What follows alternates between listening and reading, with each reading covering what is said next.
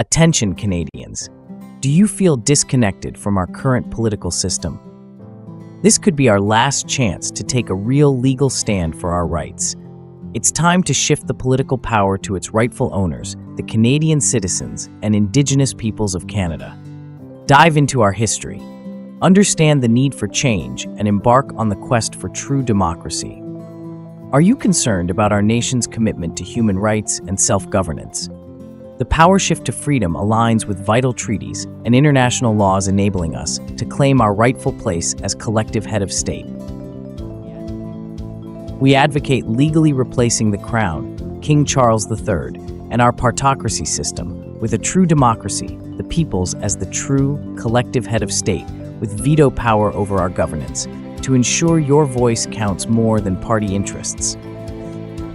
When our national collective civil and political rights are respected, your influence on policies will be direct and impactful. Join us on this noble struggle to make every Canadian and Indigenous peoples a meaningful participant in our future as collective head of state, which was legally owed and kept from us since the patriation of our Constitution, an official decolonization from the United Kingdom of 1982. It's time to correct the past of our government's lies and omissions to the people of our great country before it is too late.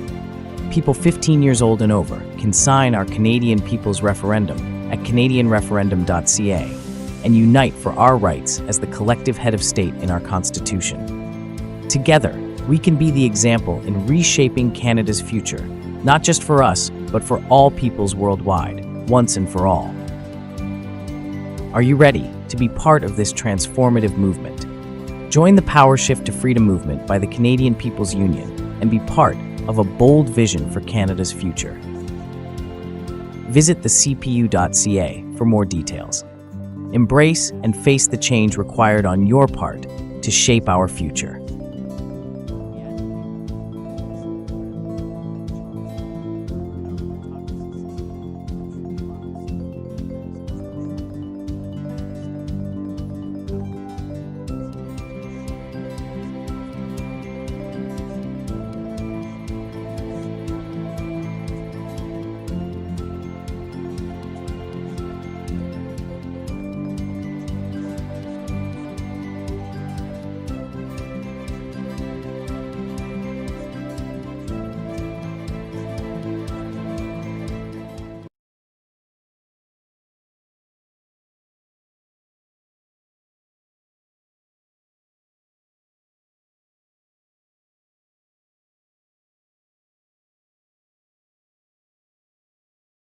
Fortune without ever trending on social media. In today's episode of Old Money Luxury, we share the story of how this chess prodigy became the true shadow president of American power, as we describe Peter Thiel, the secretive billionaire who will rule America. Let's talk about real power, not the kind that preens for cameras or trends on Twitter, but the sort that reshapes entire industries with a single investment. In late 2024, Peter Thiel sits atop a staggering $14.8 billion fortune, though calling it mere wealth, rather, understates the matter spectacularly. Picture a man who turned a measly $500,000 Facebook investment into billions, transforming Mark Zuckerberg from a college dropout with a dream into the titan of social media. Rather brilliant, wouldn't you say? But that's merely the appetizer in Thiel's feast of strategic mastery. The PayPal mafia don, as he's known in Silicon Valley circles, didn't stumble into success. After co-founding PayPal and orchestrating its $1.5 billion sale to eBay in 2002, he pocketed a cool $100 million. Most would have called it a day, perhaps bought a yacht or three, not Thiel. Instead, he founded Palantir Technologies, a data analytics behemoth that now holds contracts with the CIA and Department of Defense. Imagine having your company's tentacles deep within the most powerful intelligence agencies in the world. That's not business. That's influence of the highest order. His venture capital firm, Founders Fund, reads like a who's who of tech unicorns, SpaceX, Airbnb, and countless others. Each investment carefully chosen, each success methodically planned. Even his book, 0 to 1, has become sacred text for aspiring tech entrepreneurs, though few grasp the full scope of its author's influence. In 2016, while Silicon Valley's elite clutched their pearls in horror, Thiel boldly backed Donald Trump, speaking at the Republican National Convention and dropping $1.25 million into the campaign coffers. By 2022, he'd poured $32 million into various political campaigns, playing kingmaker with the precision of a chess grandmaster. Yet in 2023, something shifted.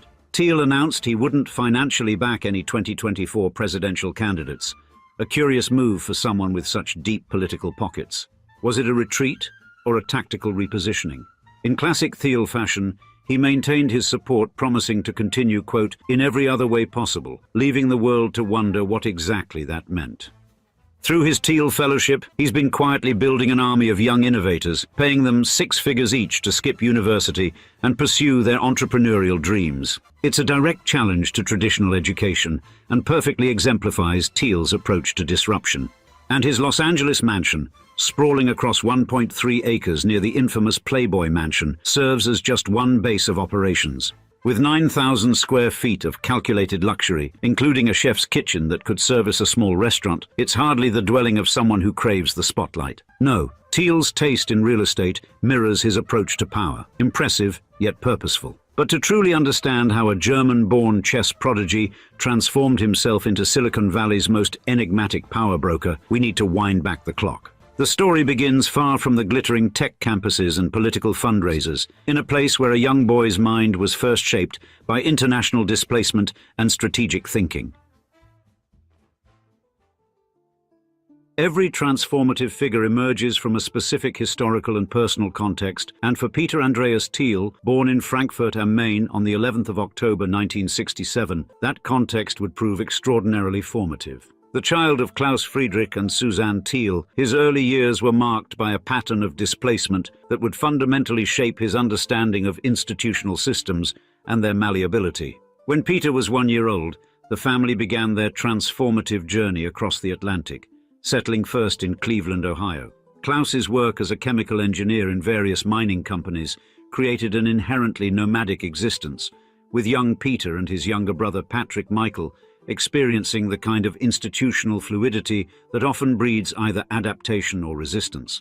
In Thiel's case, it would eventually produce both. The family's sojourn in South Africa and Southwest Africa, modern-day Namibia, exposed Thiel to stark institutional contrasts at a formative age.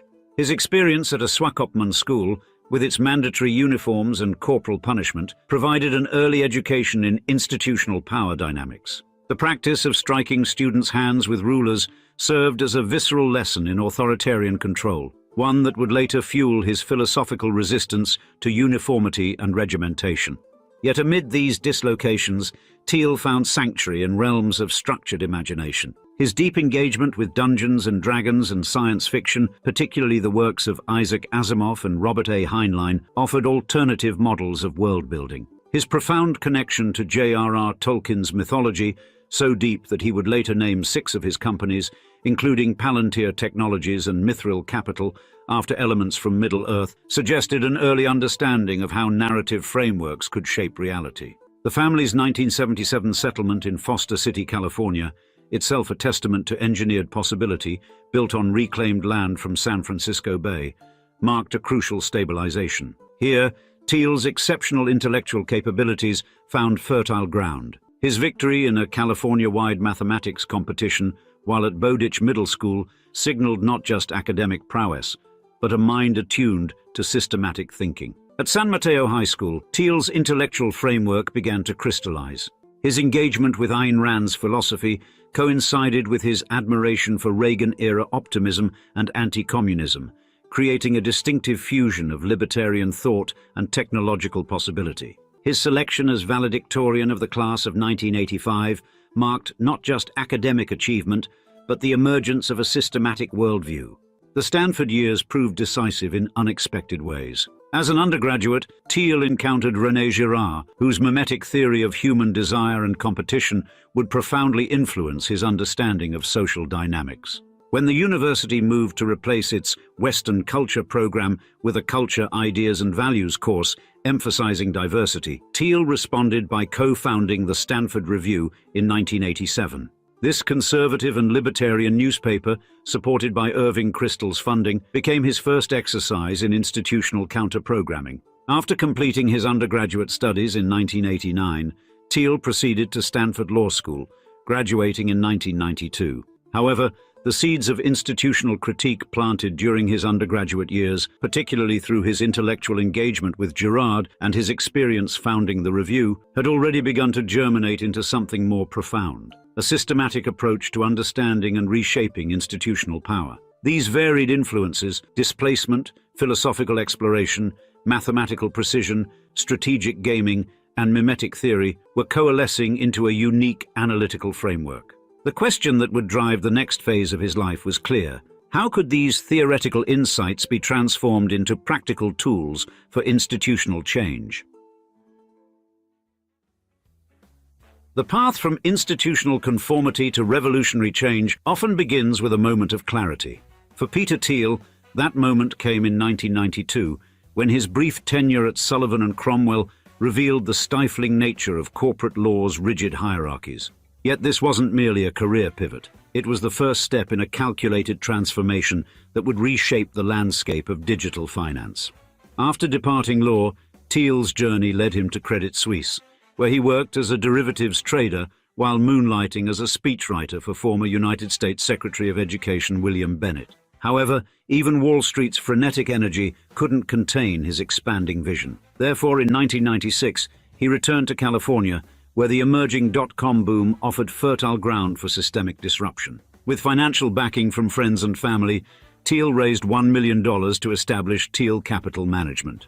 His first venture capital setback came quickly, a $100,000 investment in friend Luke Nosek's failed web-based calendar project. Yet this temporary defeat led to a fateful introduction when Nosek's friend Max Levchin presented his cryptography-related concept, which would eventually become their joint venture, Confinity, in 1998.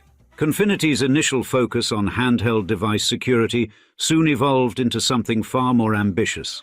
Thiel recognized a critical gap in the digital payments landscape. While credit cards and ATM networks were expanding, many merchants lacked the necessary hardware for card transactions. This limitation forced consumers to rely on cash or checks, creating an opportunity for revolutionary change. The company's transformation into PayPal represented more than a mere pivot. It embodied Thiel's vision of liberation through technology. His vision thus extended beyond mere convenience, targeting the very foundations of state-controlled currency. The merger with Elon Musk's X.com, well prior to the modern Twitter to X.com transition, in 2000 accelerated this transformation, followed by strategic combinations with companies like Pixo, which expanded PayPal's reach into mobile commerce.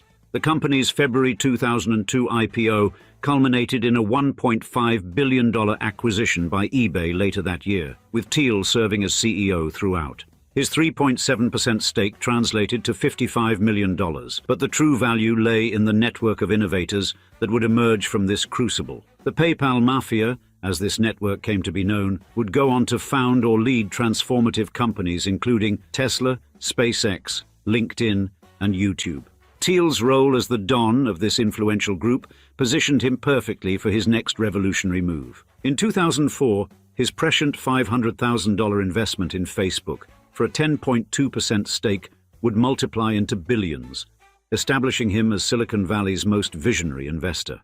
As Thiel's influence grew through ventures like Founders Fund and Palantir Technologies, a larger pattern emerged, one where technological innovation served as a vehicle for deeper institutional change.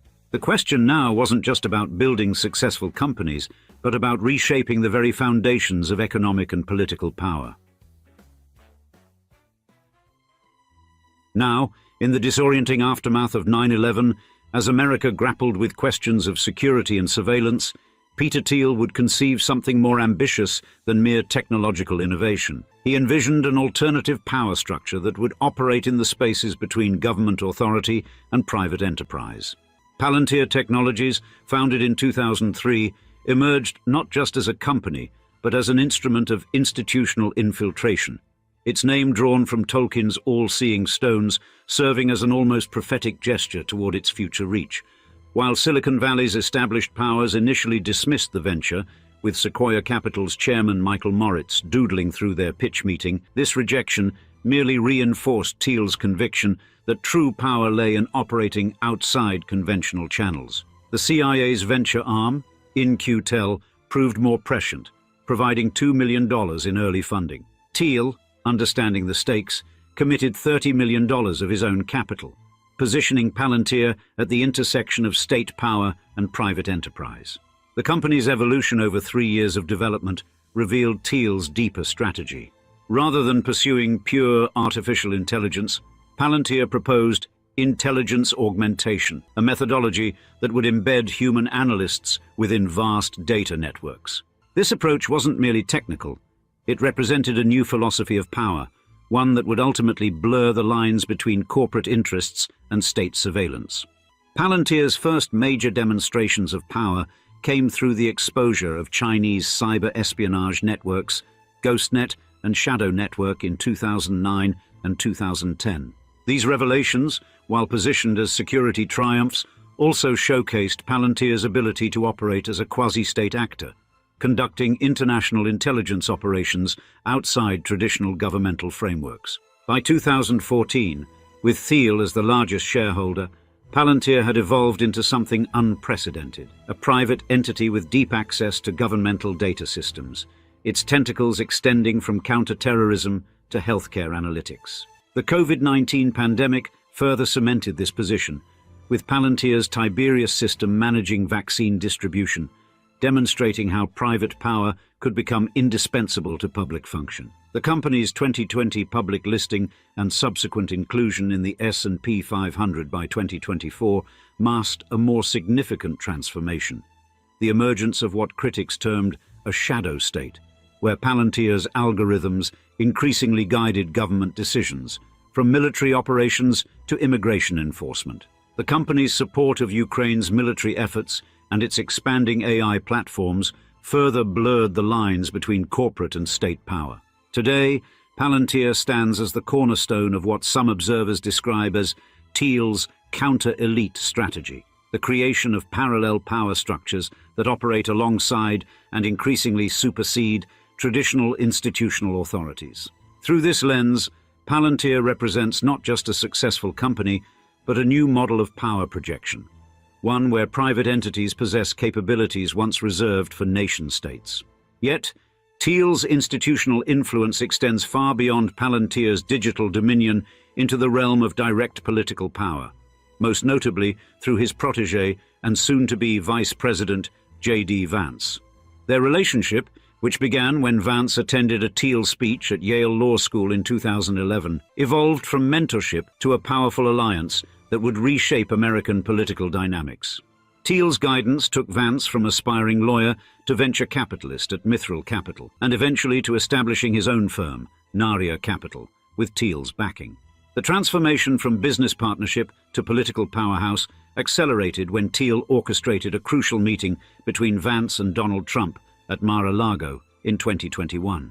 This strategic introduction, combined with Thiel's unprecedented $15 million support for Vance's Senate campaign, demonstrated how private wealth could be leveraged to create new political realities. Their shared investments in alternative platforms like Rumble further illustrated their vision of building parallel institutions to challenge established power structures. Now, with Vance's ascension to the vice presidency, Thiel's influence has achieved a new dimension of institutional authority. This mentor-protege relationship represents more than personal success. It embodies a sophisticated strategy of power projection, where private sector wealth, technological dominance, and direct political authority converge to form what some observers call a new kind of American power elite, operating simultaneously within and beyond traditional governmental structures. And yet, a connection with the incoming vice president is just the tip of the iceberg when it comes to Peter Thiel's growing power. In the evolving narrative of American political technological power, 2016 marked a decisive turning point. While Silicon Valley's elite largely recoiled from Donald Trump's presidential bid, Peter Thiel orchestrated a dramatic departure from this orthodoxy. His appearance at the Republican National Convention wasn't merely notable for its contrarian stance.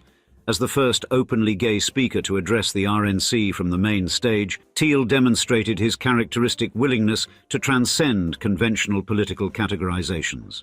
Thiel's political evolution reflected a deeper transformation in his understanding of institutional change. As a self-described conservative libertarian, his journey led him toward national conservatism by the late 2010s, marking a significant shift from his earlier pure libertarian stance. This ideological evolution manifested in October 2016 through a $1.25 million donation to Trump's campaign. The aftermath of Trump's victory saw Thiel's influence expand dramatically, earning him a position on the executive committee of the president-elect's transition team. However, it was during the 2022 election cycle that his political investments reached unprecedented scale. His contributions included the aforementioned $15 million to J.D. Vance's Ohio Senate campaign and $10 million to Blake Masters' Arizona bid, both tech investors who had previously worked in Thiel's orbit. By February 2022, his total contributions to Republican candidates had surpassed $20.4 million, with particular support for those who questioned the 2020 election results. Yet by 2023, a subtle shift emerged. In an interview with The Atlantic's Barton Gellman, Thiel revealed he had lost interest in democracy and wouldn't be financing any candidates in the next presidential campaign, including Trump. This evolution in political strategy coincided with the establishment of his own political action committee, Free Forever, focused on border control, restrictive immigration policy, and anti-interventionist foreign policy.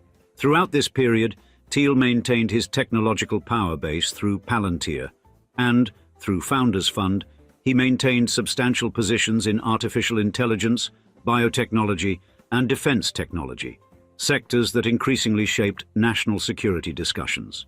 In 2017, his early investment in Clearview AI, a controversial facial recognition startup, demonstrated his continued willingness to back transformative yet contentious technologies.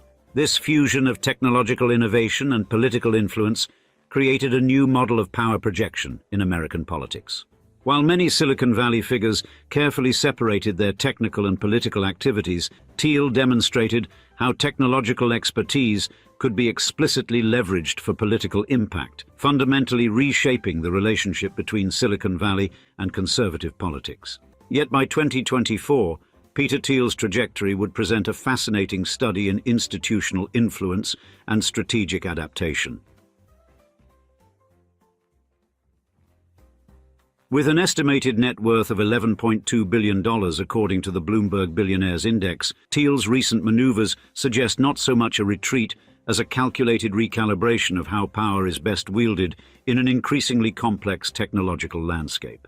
And this evolution becomes particularly evident through his philanthropic initiatives, which reveal a consistent focus on systemic change rather than traditional political influence.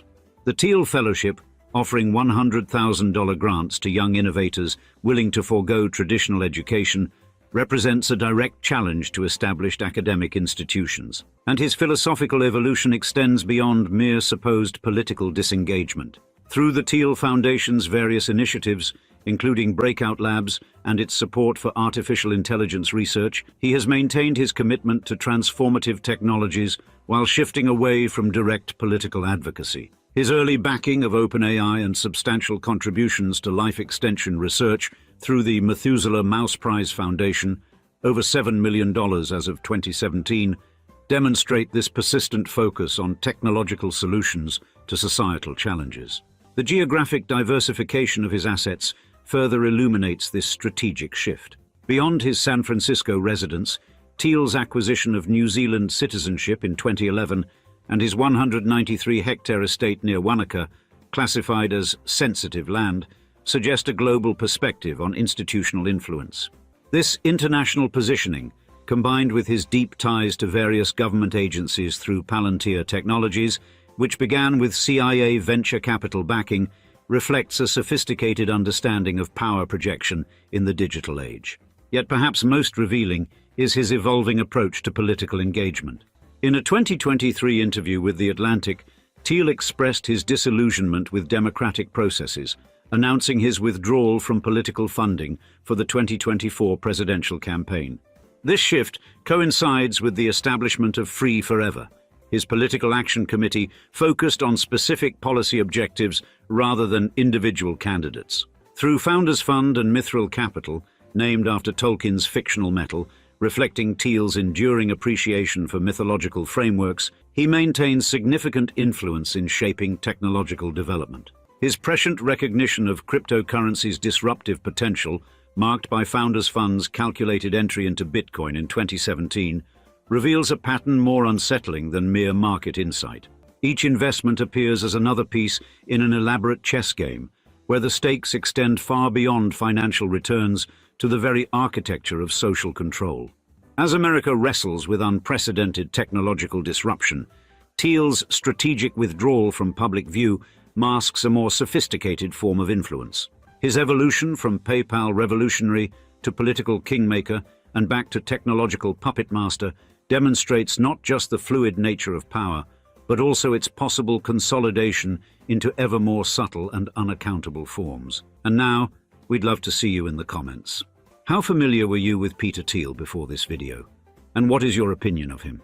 We can't wait to hear from you, and thanks again for joining us for another episode of Old Money Luxury. And cheers, until next time.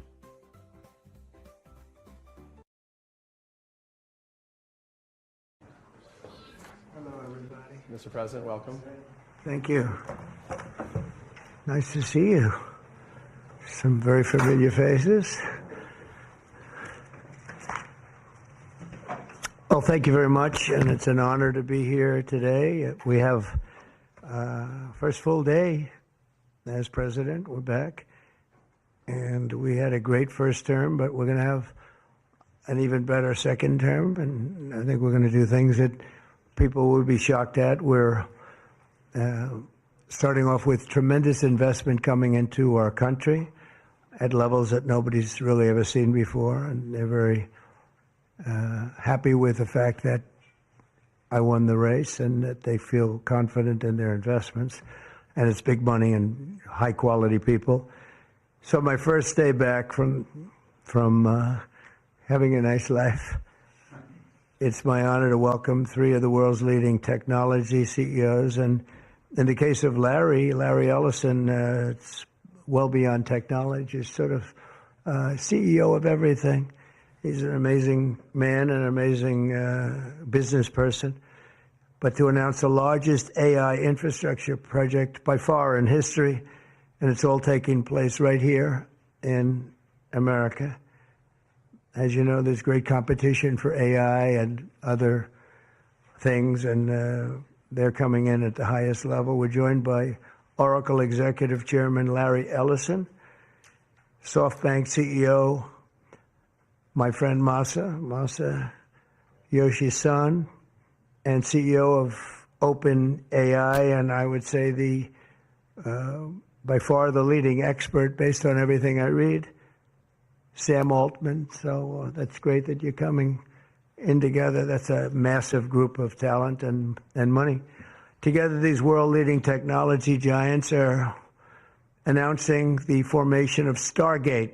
So put that name down in your books, because I think you're going to hear a lot about it in the future. A new American company that will invest $500 billion at least in AI infrastructure in the United States, and very, very quickly, moving very rapidly, creating over 100,000 American jobs almost immediately. This monumental undertaking is a resounding declaration of confidence in America's potential under a new president. Let me be a new president. I didn't say it, they did.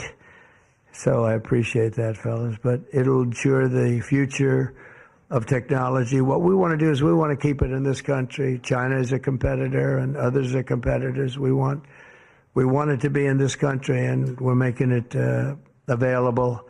I'm going to help a lot through emergency declarations, because we have an emergency. We have to get this stuff built. So they have to produce a lot of electricity. and we'll make it possible for them to get that production done very easily at their own plants if they want, where they'll build at the plant, the AI plant, they'll build energy generation, and that will be incredible. But it's technology and artificial intelligence, all made in the USA. Beginning immediately, Stargate will be building the physical and virtual infrastructure to power the next generation of advancements in AI, and this will include the construction of colossal data centers, very, very massive structures. I was in the real estate business. These buildings, these are big, beautiful buildings, are going to employ a lot of people. And physical campuses in locations currently being scouted nationwide. They're making their choices of locations. I think they have their choice. I'd like to ask Larry, Sam, and Masa to say a few words and just talk about a little bit about what they're doing. And if you have any questions, and then we'll go into a couple of other subjects also. But this is, to me, a very big thing, $500 billion Stargate project. I think it's going to be something that's very special. It'll lead to something that could be the biggest of all. So, Larry, maybe we'll start with you, and we'll go down the line. Thank you. Okay. Thank you, Mr. President. Thank you, sir. Thank you, Mr. President. We certainly couldn't do this without you. It would simply be impossible. AI holds incredible promise for all of us, for every American. We've actually been working with OpenAI for a while and with Masa for a while. The data centers are actually under construction. The first of them are under construction in Texas. Each building's 500,000 square feet. There are 10 buildings currently being built, but that will expand to 20, and other locations beyond the Abilene location, which is our first location. The kind of applications that we're building, to give you an idea, maybe the most charismatic and the one that I think touches us all is electronic health records. Not just maintaining electronic health records, but by looking at electronic health records, understanding the condition of the doctors, better understanding the condition of their patients, and being able to provide healthcare plans that are much better than they otherwise would be. A doctor in Indian River Reservation would be able to see how a doctor at Memorial Sloan Kettering would treat the patient, or a doctor at Stanford would treat the patient. We actually provide all of that information, all of that guidance to the doctors who are treating cancer patients or patients with any other kind of disease, made possible by AI. I'm not going to take a lot of time. I'm going to pass it to Masa, but this is a very exciting program for Oracle to be a part of. Thank you.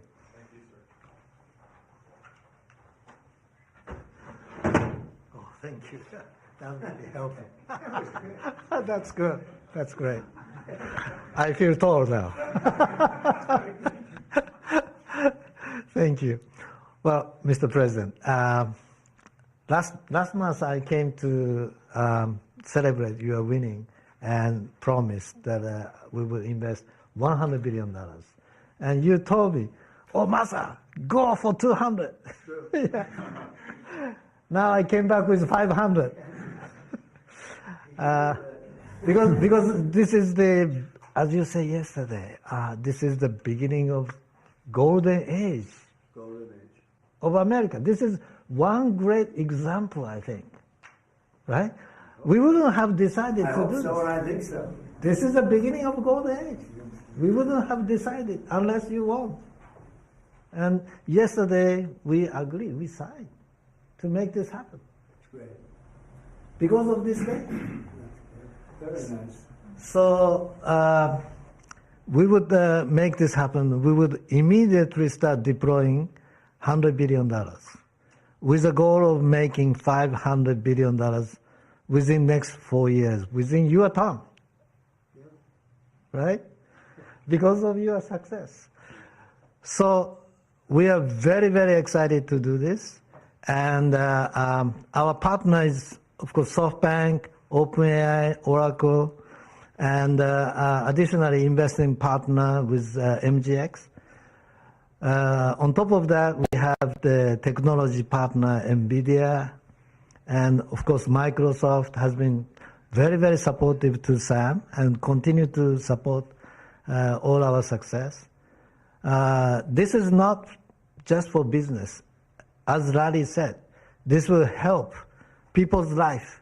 This will help solving many, many issues, difficult things that otherwise we could not have solved with the power of AI.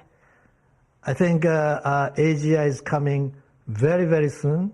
And then after that, that's not the goal. After that, artificial super intelligence will come to solve the issues that mankind would never ever have thought that we could solve. Well, this is the beginning of our golden age. Thank you very much. Thank you very much. Fantastic. I don't have too much to add, but I did want to say I'm thrilled we get to do this in the United States of America. I think this will be the most important project of this era, and as Masa said, for AGI to get built here, to create hundreds of thousands of jobs, to create a new industry centered here. We wouldn't be able to do this without you, Mr. President, and I'm thrilled that we get to. I think it'll be an exciting project. I think we'll be able to do all of the wonderful things that these guys talked about, but the fact that we get to do this in the United States is, I think, wonderful. So thank you very much. Could you just say one word? I hear so many positive things about what it's going to do for medical research and for solving things, cancer and all the different problems. How will AI help us with the fight against the various problems, diseases, etc.? These guys can maybe share more about some of the work they're doing there. I think they'll jointly be some of the leaders about driving progress here, but I believe that as this technology progresses, we will see diseases get cured at an unprecedented rate. We will be amazed at how quickly we're curing this cancer and that one and heart disease, and what this will do for the ability to deliver very high quality healthcare, the costs, but really to cure the diseases at a rapid rate, I think will be among the most important things this technology does. Great. Very good. Can I speak and answer that question, Mr. President? So we're currently working on. Should I step on this? Okay. All right. No. I'm not that tall. I'm not that tall. You look even better. Thank you, Mr. President. One of the most exciting things we're working on, using the tools that Sam and Masa are providing, is a cancer vaccine. It's very interesting. It turns out, I'll be quick, all of our cancers, cancer tumors, little fragments of those tumors float around in your blood. So you can do early cancer detection. If you can do using AI, you can do early cancer detection with a blood test. And using AI to look at the blood test, you can find the cancers that are actually seriously threatening the person. So we can, again, cancer diagnosis using AI has the promise of just being a simple blood test. Then beyond that, once we gene sequence that cancer tumor, you can then vaccinate the person, design a vaccine for every individual person to vaccinate them against that cancer.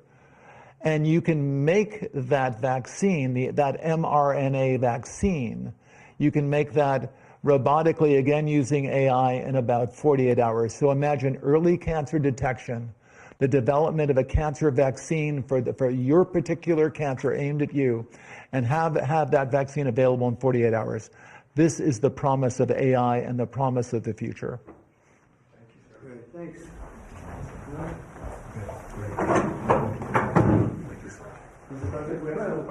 Yeah, just 1 second. We'll finish up. But these are highly respected guys. I was shocked with Larry because I don't even think Larry does this stuff. You did a very good job for a guy that doesn't do it much, right? But he's so respected, and the group, and it's really an honor. But for Larry to be here and do this is very unusual because he doesn't do this stuff. He doesn't need it. He does, and you don't need it, do you? Huh? You don't need it.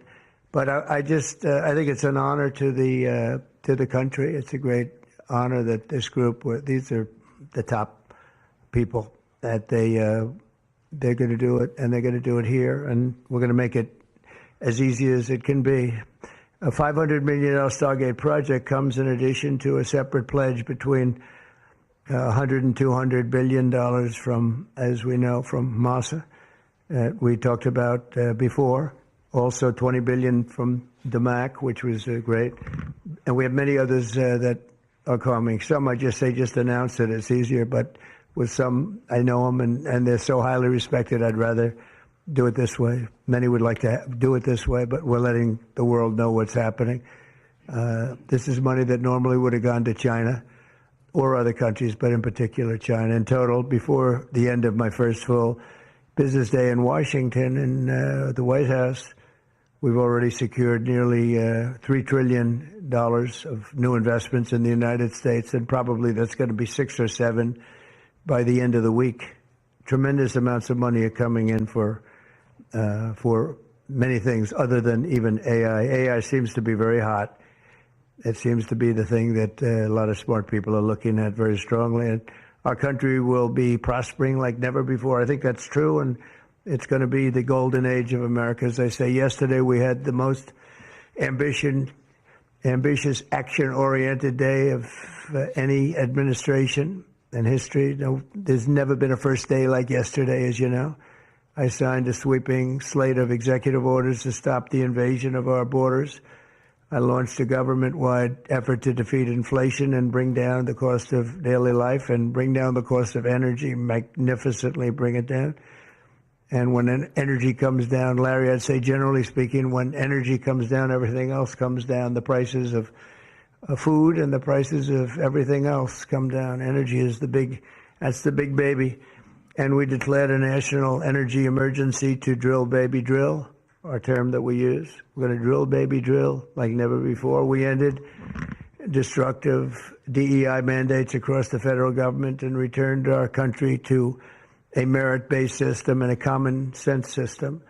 As you know, the Supreme Court gave us a decision on merit, where things in this country can be based on merit now instead of a lot of different rules, regulations, and things that really put our country at a big disadvantage. We permanently stopped government censorship and restored free speech. That was signed yesterday. We renamed the Gulf of Mexico the Gulf of America.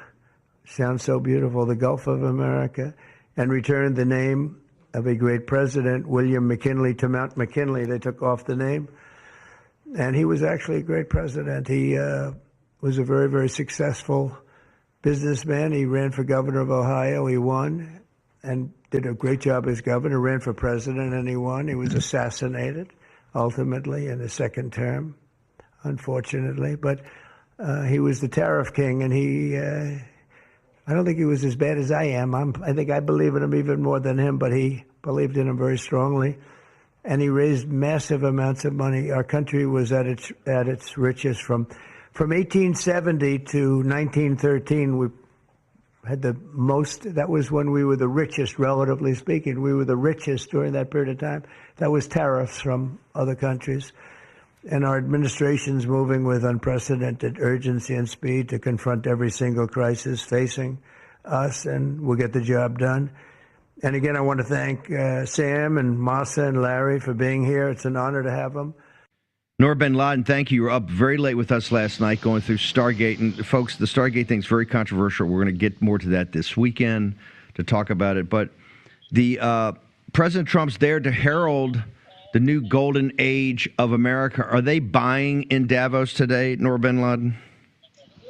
Well, first of all, Steve, in light of these recent developments coming out of Davos and Washington, D.C. with the announcement of Stargate, I think it's important. I really wanted to reiterate something I said on the show last night, which is that the golden age, where we men and women are no longer forgotten, is incompatible with the biohacking, gene editing, AI replacing techno-human age. And while the World Economic Forum's theme this year is collaboration in the intelligent age, this is actually their policies, and what they want to implement is actually about the dumbing down of us humans. And this tech, especially when it comes to AI, will not be used to augment human beings. It will be used to reduce and replace human beings. And this is very clear when you listen to what these people, what the Davos cult have to say and have had to say throughout this week here during the different panel discussions. What do you mean by that? Put some meat on that bone for me for a second. Mm-hmm. Well, there is one panel specifically that I'd like to bring up, which took place this morning, which was entitled Technology in the World. And it had Mark Benioff as a key participant. Mark Benioff, who is a member of the Board of Trustees of the World Economic Forum, who also wrote the foreword to Klaus Schwab's book, The Fourth Industrial Revolution, who now is cozying up and trying to suck up to President Trump with these glorious Time cover magazine. So he had the following thing to say today. He said that there has never been a more exciting time, and that this generation CEOs is the last generation of CEOs that will be managing human workers, and that actually now we will be entering an age where CEOs will be managing both human workers and digital workers. And then he went on to talk about the agentic layer. And what he means about that is that all these corporations and institutions will have AI agents to help engage with customers. Most notably, he used the example of the World Economic Forum itself, which this year has an agent that, based off of attendees' previous participation in various panels, because they have to check in with a badge every time, this agent now, this AI agent, this machine is able to direct and recommend other panels and other events based on the history of that participant. So he was very, very excited about that. Nor, hang on for 1 second. I think we have a clip from that panel. Let's go ahead and hit the clip. How much better does that AI have to be than a human being? Is 10 times better enough? Is 20 times better? You know, you look at Waymo, for example, based on their safety statistics. Ruth, how much safer is Waymo than human beings probably at this point? Meaningfully safer, but your point is well taken. There is more forgiveness when it's a human driver. And so the question is, when a machine makes a mistake, when an algo makes a mistake, how does society look at that mistake and the cost of that mistake versus the benefits of AI coming into the fore? Well, society reacts very badly, right? As we've seen with self-driving cars, which are evidently safer. And the question is, will society change as more technology comes, right? Will there be a backlash? Actually, Albert, let me ask you this question. So what Dara is talking about is building much safer technology and facing a backlash. You built a product that was like the best product the world ever had and probably saved the lives of a bunch of people in this room, and there was a massive backlash. Is there anything you learned from that that will be helpful to people who are bringing in new technologies in the next years that will be useful? I'm sure you're referring to the vaccine, but it was not massive backlash. It was significant. It was maybe 10, 20% of the people. I can tell you at the same time, we received a lot of love from 80% of the people that felt that their mother or father is alive because of us. So let's put things into perspective. The fact that some of the voices are magnified through social media doesn't mean that they are the prevalent voice. But the example that you use is a good one, because AI also will face the same problems, and probably AI machines will create the problems to AI. They are the ones that they will spread the disinformation about it. And why? Because it's a very powerful tool. And with every powerful tool in the hands of good people will do great things. In the hands of bad people can do bad things. And I think that will be magnified. Every single mistake that AI will be doing, as you mentioned, will be magnified to the utmost degree, ignoring that humans are making even bigger mistakes and ignoring that the benefits that we got so far were huge. It's all laid right out there, is it not, Nor? The humans are the problem, ma'am? It absolutely is. And I think this clip is very important because it shows that they are expecting the backlash. And there are 2 points that I want to make about that. The first is that the subtext here of what Albert Bourla, CEO of Pfizer, is saying is that they are expecting, or manufacturing or engineering rather, that with AI, social media is going to be flooded with actual fake information, or what they will be saying is fake information to you, and they're going to use that as a pretext to impose even more draconian censorship. That's the first thing. We know that this is coming down the pipeline, and it goes hand in hand with what the Prime Minister of Spain was saying also yesterday about having online digital ID for social media use. Very important. The second thing I wanted to say about, this expectation of backlash is that basically they're going to try and get the public to accept all of this digitization and these, quote, AI systems that they've been talking about on that panel, claiming that it will be beneficial for them. You heard the CEO of Uber right there, Dara Khosrowshahi, saying that, there's actually a very clear benefit, that it's actually going to save lives to have driverless or robotic-driven cars, in the same way that they are saying that all of this AI will be used to save lives via health. This is the speech that Larry Ellison gave in the Roosevelt Room the other day during the announcement of Stargate. And they want to keep touting the benefits of AI so that people won't question it. But actually, what this technology is really for, and what it will be used for in conjunction with the building of these data centers, is the implementation of the total techno-surveillance state, and the replacement of human beings, obviously, in various sectors in the workforce. But this technology will actually be used to collect, exploit, and weaponize data against us. This is the game plan. This is what's actually going on here. Noor bin Laden, thoughts on neo-paganism as the underpinning of the anti-human philosophy that informs so much of what Davos is about? Well, I couldn't agree more with Larry on this, and I'm so glad, Larry, that you brought up this clip, because it is very important, and it ties with the whole digitization of all aspects of life, including nature, because what's going on here, the key word is tokenization. They want to tokenize even nature, and it goes hand in hand with the social credit score system, as we see in China, that they want to implement over here. And when it comes to the tokenization of nature, the key group that is behind this push is obviously BlackRock. And I really encourage the posse to go read about this specific topic. Whitney Webb of Unlimited Hangout, I believe, did an article a few months ago or a year ago on that very topic, showcasing, explaining, and breaking down what this tokenization of nature means and how they're going to use this as a way to control our access to nature, basically. Before the president comes on, talk to me about, he's going to make the case of the new golden age of America that is before us and what his policies and strategic direction are going to be. How's that going to be received at Davos, given what's really happening there? And what defenses are they going to have to kind of counter this?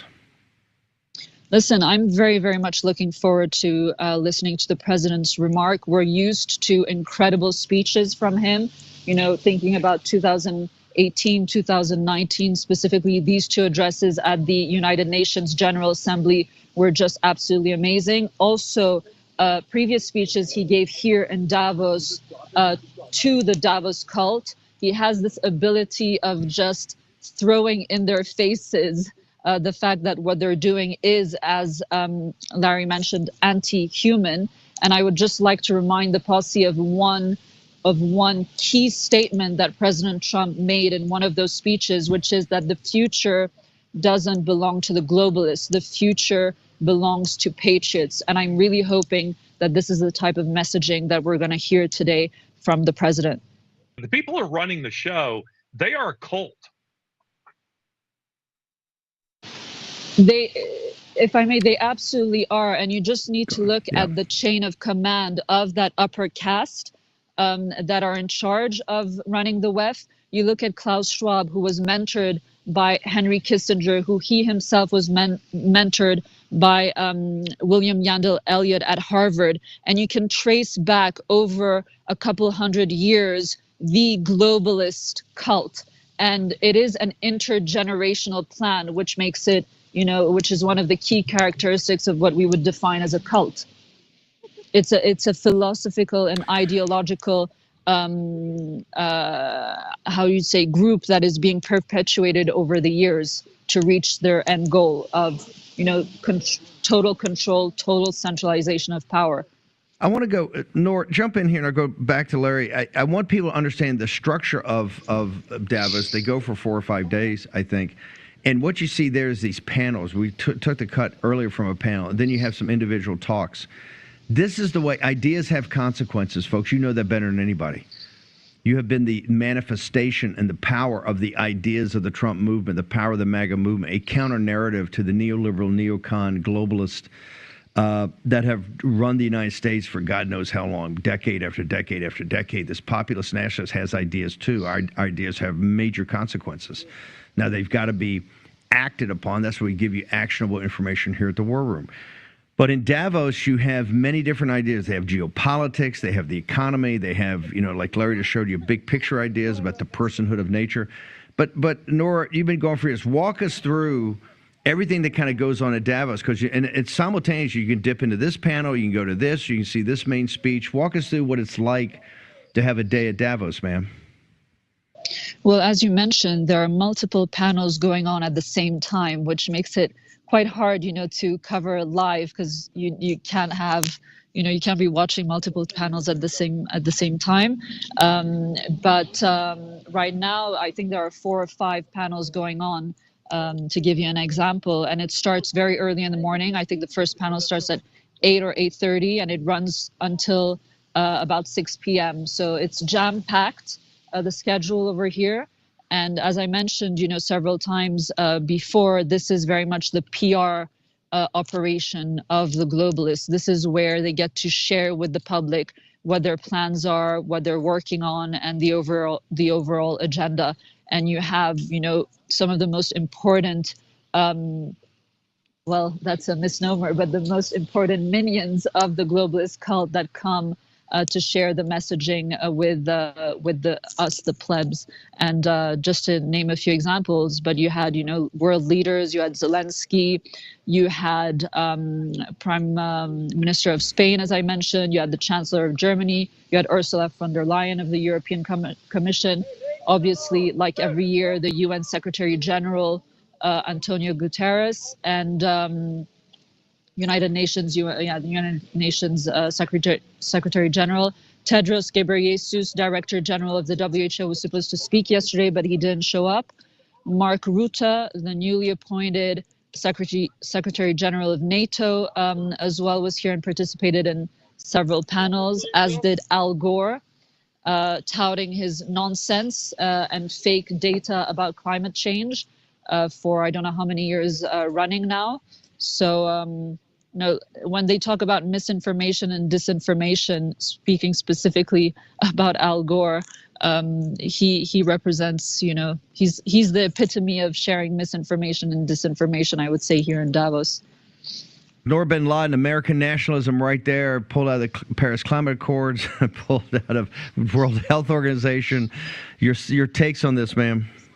Steve, can I share what was my favorite part of that event? Sure. Can you hear me? So my favorite yes, part ma'am. I would Go have ahead. to say, was during the Q&A, when he called out the CEO of Bank of America for their treatment of conservatives. And I'll add to that we will never forget what they did after January 6th, when they actually handed over the information of patriots who were in or around Washington, D.C. During that time frame over to the weaponized national security apparatus. And we will never forget, as I just said. So the fact that he so bluntly called him out specifically was really great. And overall, the speech Nor, hang on. We're gonna get you. I wanted to get you on at 5, but we have more time. Maybe we'll get you an espresso. What's your social between now and then? What's your social media? Because we're running out of time. I want to get your deep drill down. We're not going to get sleepy Nor tonight. We're going to get a hot cocoa or espresso in you and have wide awake Nor. What's your social media? You can find me on norbinladen.substack.com and at Norbin on Twitter. I'll do my best, and hopefully I have some battery left on my phone because I'll be driving. Well, hopefully we'll let you reboot it. Noor bin Laden from Davos, thank you. We're going to have tonight. We're going to open about this. This is monumental. I'm about to say something that you would never expect to hear from More Perfect Union. Elon Musk is right about something. Elon Musk is suing the maker of ChatGPT. Suing OpenAI for breach of contract by putting profit ahead of benefiting humanity. Elon's lawsuit against OpenAI, the most recognizable developer of artificial intelligence, was big news. But when I heard it, I was a bit confused. When has Elon ever been against profit? So I dug in.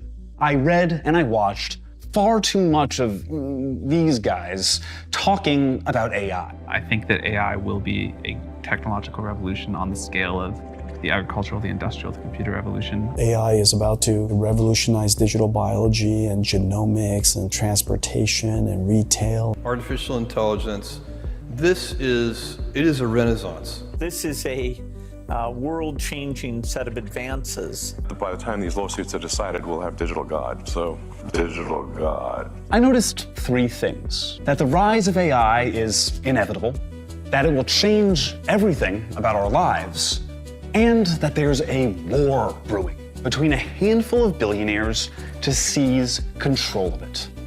NVIDIA became one of the most valuable stocks of all time, producing chips for AI. Microsoft reached an over $3 trillion valuation based on its AI work. And OpenAI tripled in value in just 10 months. But where do we, you and I, and everyone other than the dozen or so billionaires duking it out for control fit in? We're already seeing plans to replace human nurses with AI. Media magnates killing jobs to focus on cost cutting with AI. AI-written drivel filling the internet. And AI that does karaoke for you. But let's look at the possible AI future through the rise of Sam Altman, CEO of OpenAI, and just one contender in the billionaire battle for the future. Sam Altman is the ruler of Silicon Valley startups, and that's not me saying that. He thinks that. I think the president of YC is sort of the unofficial leader of the startup movement. YC is Y Combinator, a significant venture capital firm and tech incubator that Altman ran from 2014 to 2019. He'd originally connected with YC in 2008, when the firm funded his app, Looped, when he was 19 years old and wore 2 popped collars. Looped was a common Silicon Valley story. They raised a ton of money, gathered a bunch of data, and got in trouble for texting everyone in your phone when you downloaded the app. Altman sold the company and it all but disappeared. Altman landed at Y Combinator, where he rose to president in 2 years. Under Altman's leadership, Y Combinator invested in massive companies most people have heard of, like Reddit, Airbnb, Coinbase, Dropbox, Stripe, Twitch, DoorDash, and Instacart. In a lecture to Stanford computer science students on startups, Altman quoted Peter Thiel's advice. As Peter Thiel is going to discuss in the 5th class, you want an idea that turns into a monopoly. But you can't get a monopoly in a big market right away. You have to find a small market in which you can get a monopoly and then quickly expand. Quick expansion is an inherent part of the way venture capital funded tech runs today. This is Tim O'Reilly. He's been in tech forever. And if you know phrases like open source or Web 2.0, it's because he popularized them. One of the big problems with today's Silicon Valley is that it no longer really supports free market competition. Early days of VC, you were really talking about funding insurgent companies that had an experimental idea. Most companies didn't actually raise massive amounts of capital. But at some point, that changed. But then you fast forward to 2010, in the wake of the super low interest rates, there's all this cheap capital, and companies are just buying market share. And I call this the Uber problem. We didn't see real competition with different business models, different pricing. We saw 2 heavily capitalized companies driving everybody else out of business. By growing rapidly with a bunch of capital, Uber created an ecosystem where if you want a cab, you need to use Uber. The old system of car services was pretty much pushed out of existence. Uber is not an Altman company, but DoorDash, Airbnb, and other companies that used similar strategies totally are. In 2015, we get our first hint of OpenAI. I actually just agreed to fund a company that is not even really a company, sort of a semi-company, semi-nonprofit, doing AI safety research. OpenAI is announced as not a company, but a nonprofit focused on AI safety, funded and supported by Y Combinator, Elon Musk, Reid Hoffman, the LinkedIn guy, Peter Thiel, Amazon, and Infosys. Basically a who's who of the people who built the broken tech infrastructure of today. The stated goal of OpenAI was to advance digital intelligence in the way that is most likely to benefit humanity as a whole, with no shareholders to be beholden to. We wanted to build this with humanity's best interest at heart. That doesn't sound too bad, right? A groundbreaking new technology, its power available to all without any responsibility to shareholders? But let's dig a little deeper. They say they want to make the world better and do it safely, but what does that mean to them? Most of what Altman talks about in regards to what OpenAI's products can do seems to center on productivity, efficiency, and margin boosting. Our ability to have amazing ideas for our children to teach themselves more than ever before, for people to be more productive. How does that make life better for the rest of us? Well, Altman claims to have the answer. In his essay, Moore's Law for Everything, he explains it would require simply changing the entire economic system. Altman claims AI would drive down labor costs, so everything would get cheaper. And the lost jobs would be offset by a universal basic income coming from corporate and property tax rates, with no other taxes. Which sounds great, maybe, but how true is that? Would corporations see falling labor costs and reduce prices, or just keep the profits for themselves? Would a flat tax and UBI mean more money for working people, or more tax cheating by the rich and social service cuts for everyone else? And there's a running theme through all of what Altman says, the inevitability and the danger of artificial intelligence. Listen to this clip. I think AI will probably, most likely, sort of lead to the end of the world. People like Altman benefit from the narrative that AI is this big, scary thing, even as they're the ones trying to build and profit from it. Here's Tim O'Reilly again. It feels a little bit like a kind of misdirection. They're basically calling for a kind of regulation of an extreme risk to avoid the regulation of the many proximate harms we can see today. If they were really afraid of it, they would stop doing their research. Instead, they're racing to accelerate it so they can get a monopoly. It's a lot like the famous line from The Wizard of Oz. Pay no attention to the man behind the curtain. And a lot of what I have spent my time in talking about AI regulation is this. There is a man behind the curtain, or a series of men who are making decisions for their business advantage. And those are the things that we need to be regulating. Why are they moving fast to break things? I mean, in the Altman clip from before, where he says the world-ending thing, he literally says this right after.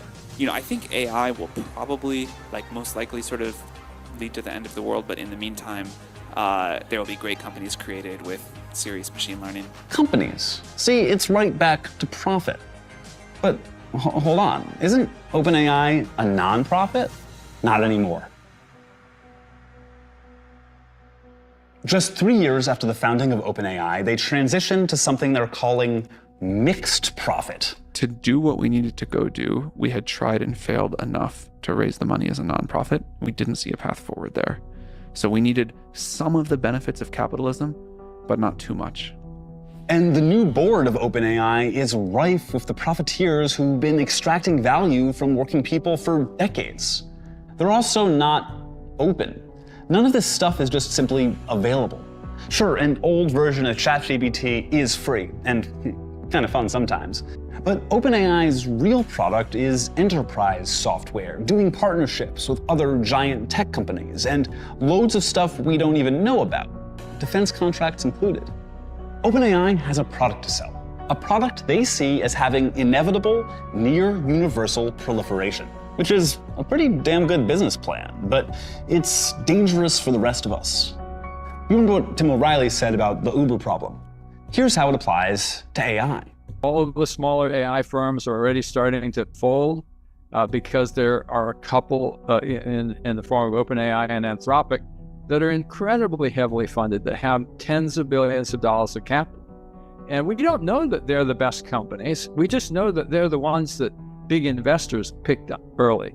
And so we have a defective kind of market where if you really believe in the wisdom of millions of people making independent decisions based on optimal information to kind of work this free magic market, we don't have that we have a central committee of deep-pocketed investors. It all illuminates Elon's lawsuit against OpenAI when he and Altman had once been such good friends. I'm looking for a new video game to play. Can you give me a recommendation? Overwatch. I play Overwatch. Yeah, it's great. Else?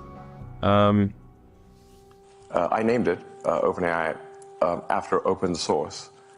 It is, in fact, closed source. It should be renamed Super Closed Source for Maximum Profit AI. But he has his own for-sale, for-profit AI that he wants to be predominant. He made it open source in a seemingly empty gesture, but meanwhile, NVIDIA, Microsoft, and Google all want to take control of the tech that will change our future and destroy our jobs. It doesn't matter that these guys say they're doing it for good. It matters what they are actually doing. Look at the dawn of the internet itself, or Web 2.0. That's social media and user-generated content. All of that seemed great. And yeah, the modern internet has obviously had a lot of clear benefits, but it was also pretty quickly ruined by giant corporations and profit motive. We're already starting to see effects of the AI power grab. NVIDIA, the main producer of the chips used for AI, is partnering with a company that wants to replace nurses with an AI that costs $9 an hour. Look at anything from the history of the American medicine industry. Will a new low-cost tool actually help patients or just pad investor pockets? Companies are using AI to do job interviews, and it's shutting out applicants unfairly. And on a simply annoying level, they're spitting out content that's making the internet even more unusable than it already was. AI-generated LinkedIn comments? Why don't you just not post anything if you don't have anything to say? So, what are we gonna do about this? Well, let's turn to Sam Altman for advice. He has what he calls the more good guys than bad guys approach. He wrote in that Moore's Law essay, "There are bad humans, but all humans are within a magnitude are as powerful as one another. And the good humans band together to stop the bad humans." It's been that way through all of history so far. What if the bad humans are actually the people building the system? One built entirely on fast profits and monopoly, advancing as quickly as possible. Then we need more good guys, and we've got them. They're like 12 people. What if we all stand up and say no? When electricity was first becoming widespread, it was still dangerous for the low-paid workers who were setting up the systems. But those workers stood together and formed the International Brotherhood of Electrical Workers, that's the electricians union, to demand safer jobs and better wages. It worked, and it didn't hamper progress. We clearly have electricity today, right? That same concept applies to AI too. Remember the writers' strike? The Screenwriters Guild stood up and said no to AI taking their jobs. Senator Bernie Sanders just introduced legislation for a shorter work week. Do we continue the trend that technology only benefits the people on top, or do we demand that these transformational changes benefit working people? And one of the benefits must be a lower work week. If AI is going to make workers more productive and labor cheaper, workers should be able to take advantage of it. AI cannot exist without being trained on all that humanity has done before. That's literally how ChatGPT, the way most people interact with AI, was built. By reading a bunch of stuff online and then synthesizing it so it can talk. If all of this is built on the labor of all of humanity, then it should be all of humanity that benefits. Thank you so much for watching. If you want to support more human-written, human-edited, human-shot videos like this, please don't forget to like and subscribe. Yeah, so they purchased this land here as well as on the other side, which is a bit scary. Yeah, all of this. I think people know what we will be giving up, but what will we get in return is the larger question, and no one really knows that with certainty. Solano County, California sits just north of the Bay Area and south of Sacramento. And for the past 8 years, its largely middle and working class communities have been facing what many locals consider a hostile takeover. They've destroyed families. They don't care. They do not care about us, no matter what they say. Just, you can't make this shit up. You know, I have never seen anything like this. We visited Solano County in June to learn more about a battle between a local community and a secretive group intent on creating its own society. The story began in 2017. A farmer from out in the area called me and said, hey, somebody's buying land out here. And I thought, okay. He goes, but it's a lot of land. So I went down to the county and looked at the property records, and I could see the name Flannery, LLC, and that they had bought up at that time more than 20,000 acres. Albert Medvitz and his wife, Jeannie, moved back to Solano County in 1987 to run her family's farm, one of the many dryland farms in the region. In 2019, we ourselves got a letter offering to buy our ranch at inflated prices. We made it clear there's no way we're going to sell this ranch. And they simply could not seem to comprehend why people would turn down money for something and maybe more value than money could buy. They decided to sue the ones who would not sell to them. They came in the dark of night, kind of. They did this stuff secretly. You know, they've just ticked off a whole lot of the community, and then they have the gall to sue farmers that don't want to sell. It's just like, what are you thinking? Flannery also sued dozens of other family farmers who held out after discussing the value of their land amongst each other, accusing them of collusion and antitrust violations. Of course they talked. Farmers do that. People do that. They want badly. One's right near the water, and that person is not giving it up.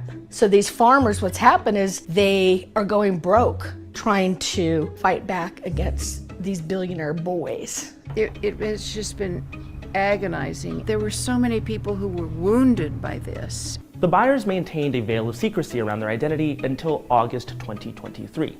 That's when the New York Times broke the news that Flannery, which eventually spent $900 million buying up 66,000 acres of land, is the front group for a company called California Forever. And California Forever, backed by billionaires such as Reid Hoffman, Laurene Powell Jobs, and Mark Andreessen, wants to build a privately run city in the middle of the county's protected farmland with far less regulation. The new city would be located north of Highway 12 between Travis Air Force Base and Rio Vista. The group wants to build a green community that it claims will include thousands of affordable homes, shopping, dining, and walkable neighborhoods. So they're saying they want to be good neighbors with people in Solano County, and at the same time they're suing their own literal fence-by-fence neighbors. Investors in California Forever have been largely mum on the project and strategy. The public face of California Forever is its CEO, a former Goldman Sachs whiz kid named Jan Schwamek. He grew up in Eastern Europe, was a young prodigy in London, and founded a failed Twitter-like app. Here he is talking about the lawsuits at a tech conference. It was a hard decision, but we have laws on the books that protect against that kind of conduct, and we'll leave it to the courts to figure it out. What is the law that says if you want my property and I don't want to sell it to you, you drag me to court? There's no law like that. What we have a law against is the law that says if the 6 gas companies, the gas stations in town get together and say that they're going to charge $50 for gas, then there's price fixing laws against that. Schwamek has also been confronted by residents. Respectfully.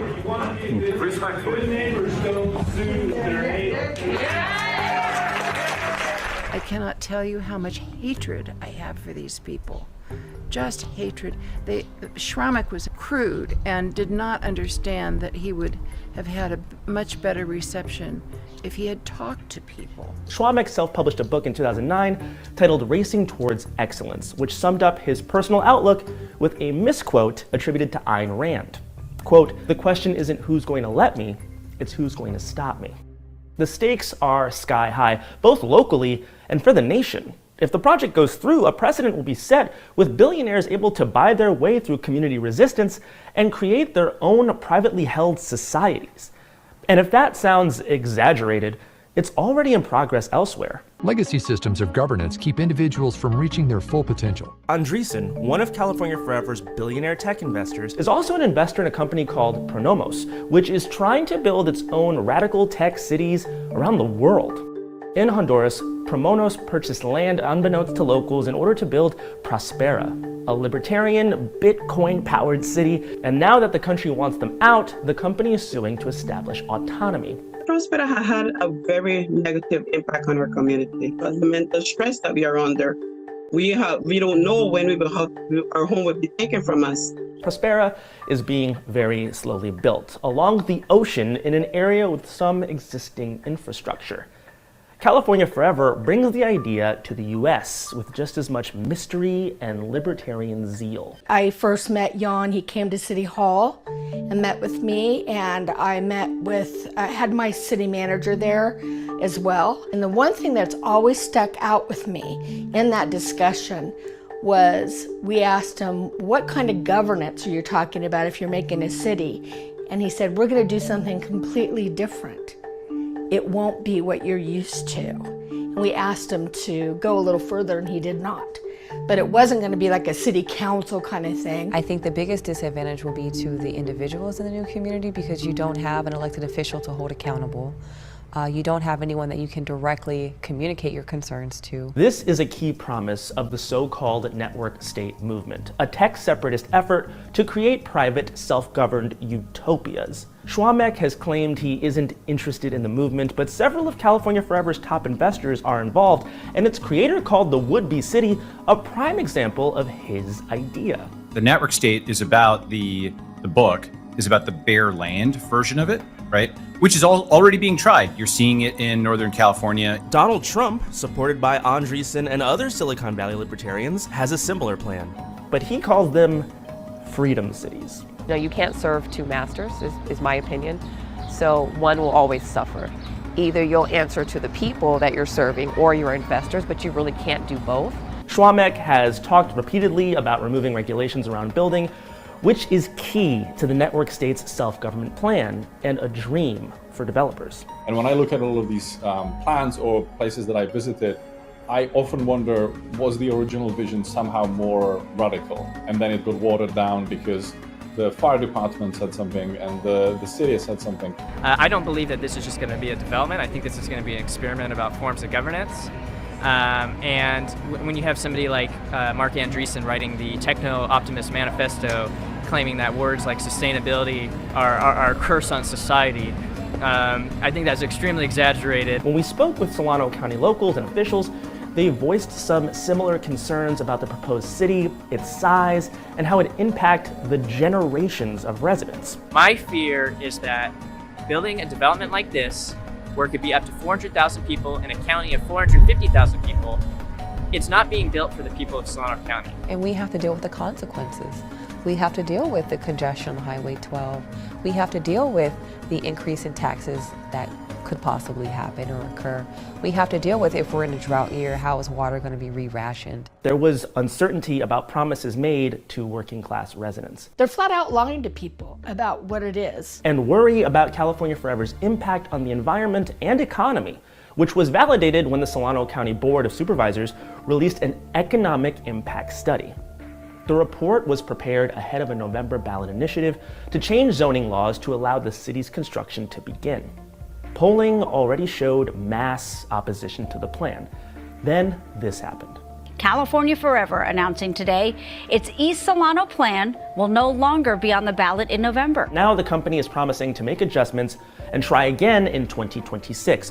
But the issues they face run deeper than deficits. Many of them are a matter of just misunderstanding the region. Here's what Jan Schwamek told billionaire investor, LinkedIn co-founder Reid Hoffman about the county's farmland. We've been able to purchase this property because it is some of the worst soil for agriculture within 100 miles. Locals vehemently disagree, pointing to the $1.3 billion in revenue that farms and related businesses produced in 2023. They have taken over a lot of land that has been dry farmed and has brought protein to the country and the world for 3 and 4 generations. And in this era of climate change, when water is becoming scarcer across the country and across the world to use for crops, to be able here to set an example of how we can produce significant food, important food, without relying on water, is hugely important. The Orderly Growth Initiative has governed land use and planning in Solano County for 40 years, keeping cities growing without impacting farmland. Voters would have to approve changes to the law for the city to be built on protected farmland. Ironic, because the ordinance was first enacted in 1984 to prevent an investor from San Francisco from establishing a new city on the farmland. Everything that's green is protected by the Orderly Growth Initiative. Okay, so Flannery's looking at this big green chunk down here. Here's Rio Vista, and there's Travis Air Force Base. So everything in gold is the land that Flannery bought. And you can see it's virtually that entire corner of the county.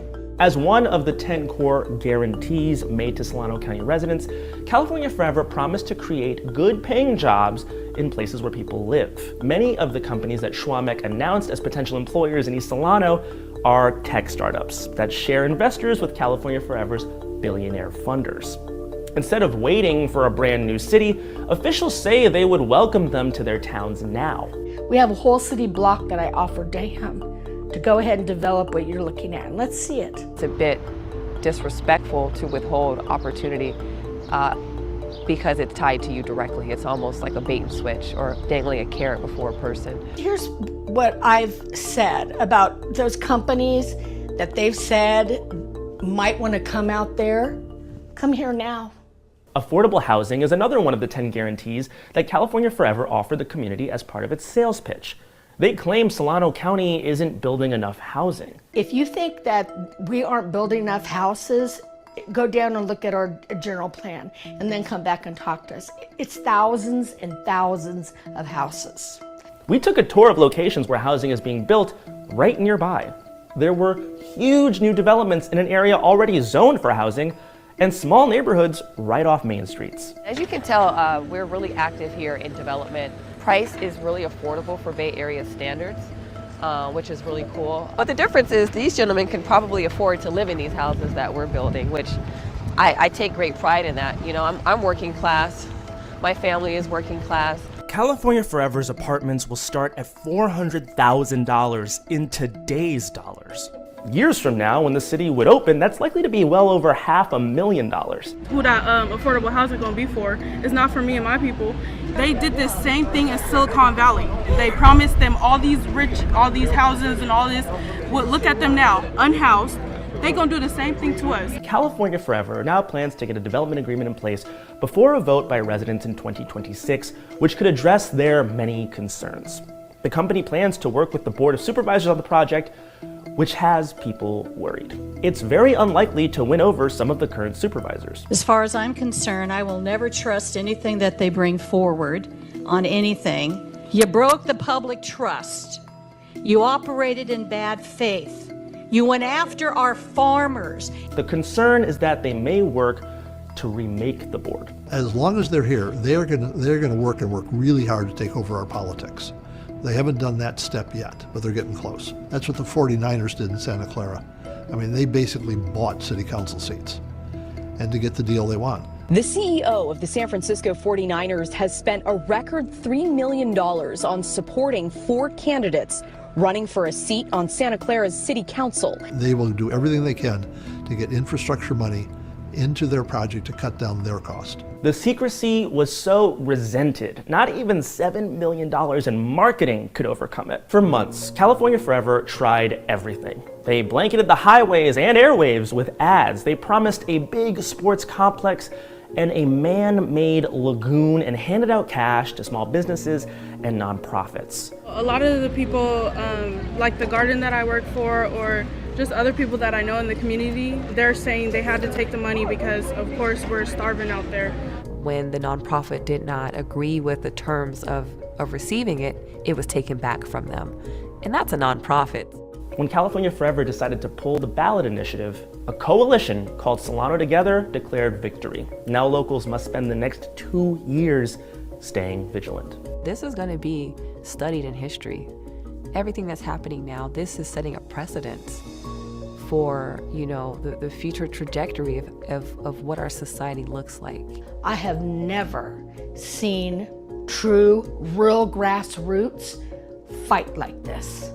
I mean, it's across the board. Republicans, Democrats, does not matter, liberal, conservative.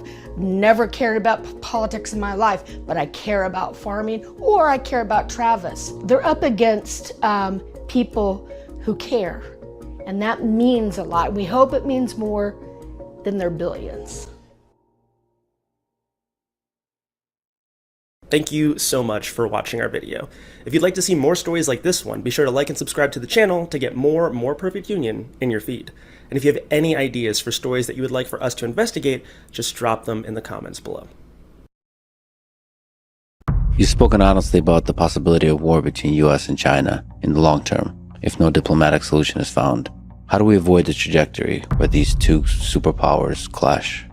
With almost 6,000 machines orbiting around the world today, Starlink undoubtedly has the largest number of satellites in the world. But while many view Starlink as nothing more than a famous billionaire's attempt to make more money, China's top authorities see it as a potential threat to national security. This perception led to a recent cyber attack on the network, leaving many mysteries unsolved. Why would they see Starlink as a potential threat, and how did they pull off the attack? Join us as we investigate China's recent attack on Starlink as revealed by Elon Musk. China's attack on Starlink. On January 15, 2025, the South China Morning Post put out a report that made headlines across the East. According to the report, Wu Yunhua, one of China's leading experts in astronautics, had successfully simulated an operation using less than 100 Chinese satellites to disable almost 2,000 Starlink satellites for over 12 hours. A whole study was published on this, and the plan was so brilliant that it got featured in the Chinese academic journal. With this planned operation getting a lot of attention, it is no wonder Elon Musk has spoken out about it. Elon states that he knows the technologies they plan to use against his satellites, and though they sound advanced but harmless on the surface, he insists that they are dangerous weapons in disguise. According to Elon, these weapons are designed to use lasers and microwaves to target satellites, and that wasn't even the scariest part. What made Elon so frightened was that these satellites were designed to run on a highly advanced binary AI algorithm based on the brilliant way whales hunt. This is usually done by luring fish into small areas where they can easily get caught. In the same way, this new program is designed to move Chinese satellites in ways that target hundreds of satellites through single direct attacks. On top of that, Wu Yunhua, the brilliant mind behind this operation, promises that this would be done in less than 2 minutes, and with 99 smaller units required to take down 1,500 Starlink satellites. Elon's entire network of almost 6,000 satellites could be taken down in less than a day with just 4 consecutive attacks. With this in mind, it is no wonder Elon had to speak out about this, as he had made it clear on multiple occasions that he didn't want trouble with China. And everyone's like, well, that's inevitable that there's going to be a clash between Athens and Sparta. Well, how do we avoid that? Despite this, it seems Wu Yunhua and the many other leading astronautic engineers in China are hell-bent on doing the opposite. As of late last year, They were disrupting his satellites along with Russia by repeatedly jamming signals and launching casual cyber attacks almost every week. Now they are going all in with more advanced tools, including high-power microwave tools like the relativistic klystron amplifier and solid-state lasers. Based on the report published by the South China Morning Post, this operation would have destroyed a huge chunk of Elon's satellites by now. The problem is that these technologies have very strong limitations. One problem is that RKA amplifiers require high amounts of energy to target multiple satellites at the same time, and that in turn leads to overheating. It then takes several hours for these systems to cool down, giving enough time for Elon to fight back if he wishes to. Knowing the bigger problems that might arise after the next hit, it leads us to the big question. Why attack Starlink? To most people in the West, Elon Musk is just a guy trying to make a quick buck by building more satellites to make the internet more accessible. But to most Chinese authorities and experts, the tech billionaire poses a potential threat. To them, multiple problems come to mind, like military security, technological superiority, control of information, and space management. While Starlink's group of over 6,000 satellites is built for civilians who want nothing more than to have a stable internet connection, a closer look at the network shows that it is capable of much more than that. This was very obvious during the peak of the conflict in Ukraine, where the internet connection granted by Starlink gave the native soldiers an advantage over the Russian invaders. This alone made the Chinese authorities perceive Starlink as something potentially more dangerous than the average tech business, leading to the simulation of how to destroy it. Because of this, while Elon likely saw the Ukrainian soldiers as just another group of customers buying his product, the Chinese Republic thought he was picking sides by using Starlink to get involved in a war that had nothing to do with him. It raised alarms within the Chinese military, as it was clear that Starlink could be used as a tool by the US military against the Republic. From more efficient sharing of intel and faster recon missions to more secure modes of communication, there were many ways these satellites could be used against them.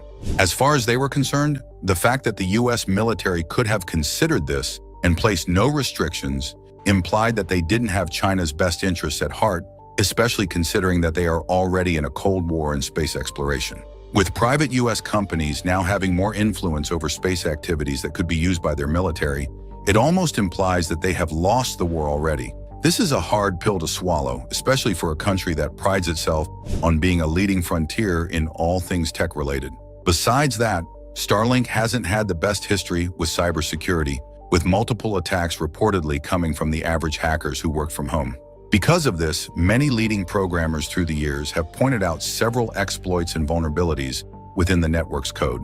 This was most obvious on August 10, 2022, when Leonard Wouters, a programmer who worked at KU Leuven, hacked his Starlink terminal with code that could potentially hack a satellite. Contrary to what you might expect, unlike today, Leonard had no pedigree when it came to his job back then. He was just as skilled as the next guy, but single-handedly revealed one of the first security breakdowns of a Starlink user terminal. These small devices are usually positioned on people's rooftops where they can get signals from the nearest Starlink satellites in orbit. Wanting the world to see this, Leonard waited until the famous Black Hat Security Conference, known back then as the best place for hackers and security officials across the world. According to Wired, the process was so simple that Leonard broke down the new terminal on stage before attaching a special mod chip he built with off-the-shelf parts that cost a total of about $25. Once he attached it to the Starlink dish, it was able to bypass all security protocols within seconds. This granted him free access to the internet with no payment restrictions. It could be now used freely wherever, whenever, forever, and the audience was amazed by how easy it was to hack. To further prove it was real, he uploaded the code to GitHub and made it open source. Leonard believed the code was in its earliest stages and could be used to attack the satellite itself. He also pointed out the possibility of building a system that could let him talk to the satellite and make life much easier for himself. What made it interesting was that Leonard had notified Starlink about the flaws since early 2021, urging them to do something about it. According to Leonard, all they did was make it harder to do, and all he had to do was change the mod chip, and the system was just as vulnerable as it was before. He told the engineers at SpaceX that the best way to fix the issue is by creating a new version of the main chip, as every terminal out there was vulnerable. It is a hardware issue, he said, not something that can be fixed with the average software update. SpaceX revealed that they were working on it, and nobody knows to this day whether it worked or not. Also, keep in mind that China has always desired to be self-reliant, and with a private U.S. company offering a product that could appeal to Chinese users, it stands to reason that Starlink is a potential threat to their digital structure. This is because digital systems controlled by foreigners can easily bypass their state control systems, and knowing the country's reputation with handling user data through apps like TikTok, it is clear that having Starlink satellites hovering over China is something they cannot allow. This problem of handling personal data was most evident in 2020 when rumors suggested the platform would get banned in the US. This was because the Chinese company behind TikTok refused to adjust how they collected and used private information about users. This showed how much they valued having control over all information networks, as they were under strict rules from the Chinese government to maintain complete control over all the info that got within its borders, including sensitive data from American users. Let's also not forget that Elon's network promises to provide unrestricted access to the internet without censorship, a wild promise that goes against the strict censorship rules that China is known for. And with many Chinese citizens showing a growing interest in Starlink, it is almost no wonder why the state sees every sign of progress as a potential threat. Besides that, though the state authorities haven't said anything about competing with Starlink, it is safe to say that China also plans to launch thousands of satellites in the near future. And with Elon's satellites doing the same thing, it also brings up the issue of space congestion. And here is the big concern. As of today, there are over 11,300 satellites surrounding the Earth, and almost 6,000 of them belong to Starlink. Besides the valid concern of having 6,000 satellites belonging to a single U.S. citizen, with several of these machines floating close to the Earth, chances are China's future satellites would collide with at least one of them in the coming years. The increased number of satellites in space would make launching new spacecraft more difficult in the near future. Many scenarios would pose a lot of problems. What if one of these satellites China plans to launch is strictly for the military and a U.S. machine happens to coal with it? How would both sides interpret such an event? Right now, there are concerns about how the U.S. Navy is depending too much on Starlink, as it's almost hard to draw the line between Elon's private network and the military. Here is what we mean. Starlink and the military. Just as a knife in the right hands can cut bread and spread butter for food, in the wrong hands it can also cause serious harm. This seems to be the growing concern with how the U.S. military has been relying too much on Starlink to improve communication in the most critical missions. With a powerful resource like Starlink now being used by authorities known for using extreme measures to protect the peace, an average product made for everybody can almost be classified as a weapon. They rely so much on it that whenever U.S. soldiers go on missions to remote places without cell towers, the only way they can keep in touch with comrades and authorities is by using Starlink. The U.S. Navy first tested the network on its ships to give sailors better connection while they were at sea. And not only was it useful in knowing their status at all times, it also helped them keep in touch with their families. This happened in April 2023, and soon other branches of the military tried it out as well. Higher officials were surprised by the huge difference it made with how well the soldiers performed.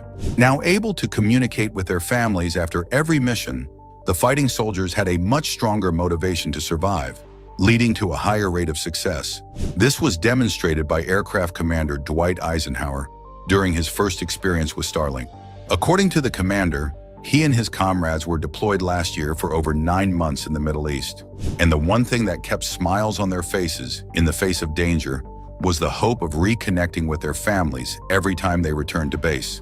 Beyond that, it also made administrative tasks faster and easier. With many features so impressive and a lot of lives at stake, relying on Starlink for all digital protocols seemed to be the best option they had.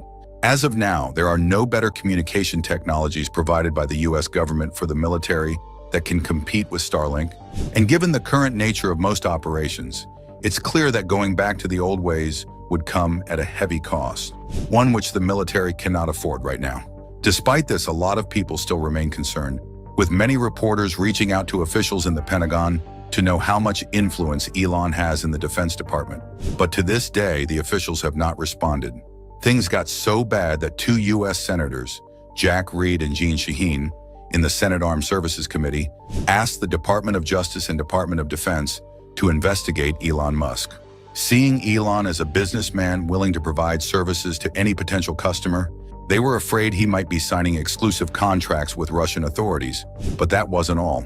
Both senators also wanted to make sure that the Pentagon had put strict restrictions to prevent him from doing so. With this in mind, the U.S. Secretary of Defense Lloyd Austin III began his investigation into Elon's case in early December last year, and the legal process is still ongoing.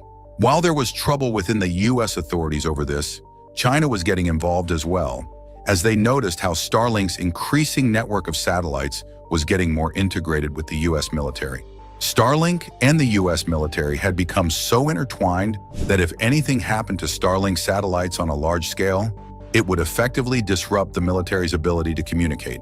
As a result, having 6,000 Starlink satellites in space effectively meant having 6,000 U.S. military assets hovering on standby over every country, including China. As far-reaching as it sounds for a country as powerful as China, this would not have been the natural conclusion if not for one major event that happened back in early 2022, the Ukraine invasion. On February 24th, 2022, Ukraine was invaded by Russian forces. To delay all forms of support from the outside world, the invaders destroyed all local network infrastructures, effectively blocking internet access for a lot of people. Not long after the invasion began, several Ukrainian delegates asked for support from SpaceX to make Starlink available in their country. Elon, at this point, didn't want problems with Russia, but he was also a businessman, so he agreed to send help.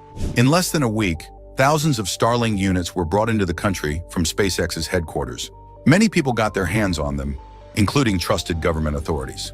Now, having a reliable means of communication, the natives quickly got the upper hand and were able to push back against the invaders for a few months.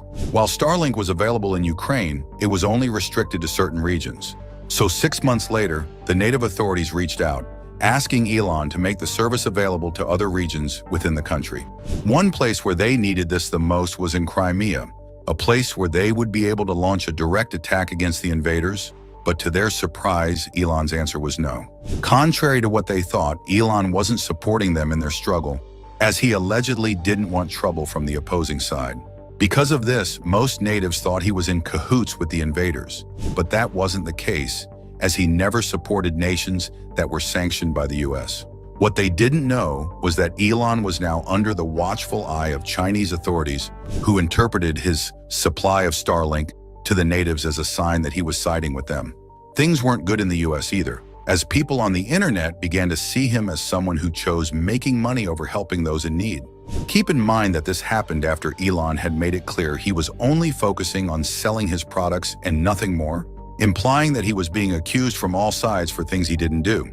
From that moment until late 2024, the invaders had used every trick in their arsenal to disrupt the internet service. We are talking about jamming radio frequencies and causing widespread outages. Each time they tried to block Starlink, the network would get restored just a few days later. And the cycle happened so many times that it became a game of cat and mouse between the Russian hackers and the experts at SpaceX. Though all their attempts to attack Starlink failed, there was more trouble on the horizon as China was now getting involved, and this was confirmed by the Royal United Services Institute in April last year. Given the events that unfolded from that moment, it is clear that the recent cyber attack from China wasn't the first incident, as from May last year, there were many movements when satellites suddenly went off for minutes before getting back to normal. At first glance, the engineers at SpaceX thought it was a routine malfunction that came with the much older satellites. But with multiple newer satellites experiencing the same thing a few days later, it was clear there was a cyber attack. The big question was, where did it come from? It didn't align with how the Russians had attacked the network for over 2 years, implying that those behind it were most likely not part of the invaders. Without a better explanation, all eyes turned to the next big country that could afford such technology, and that was China.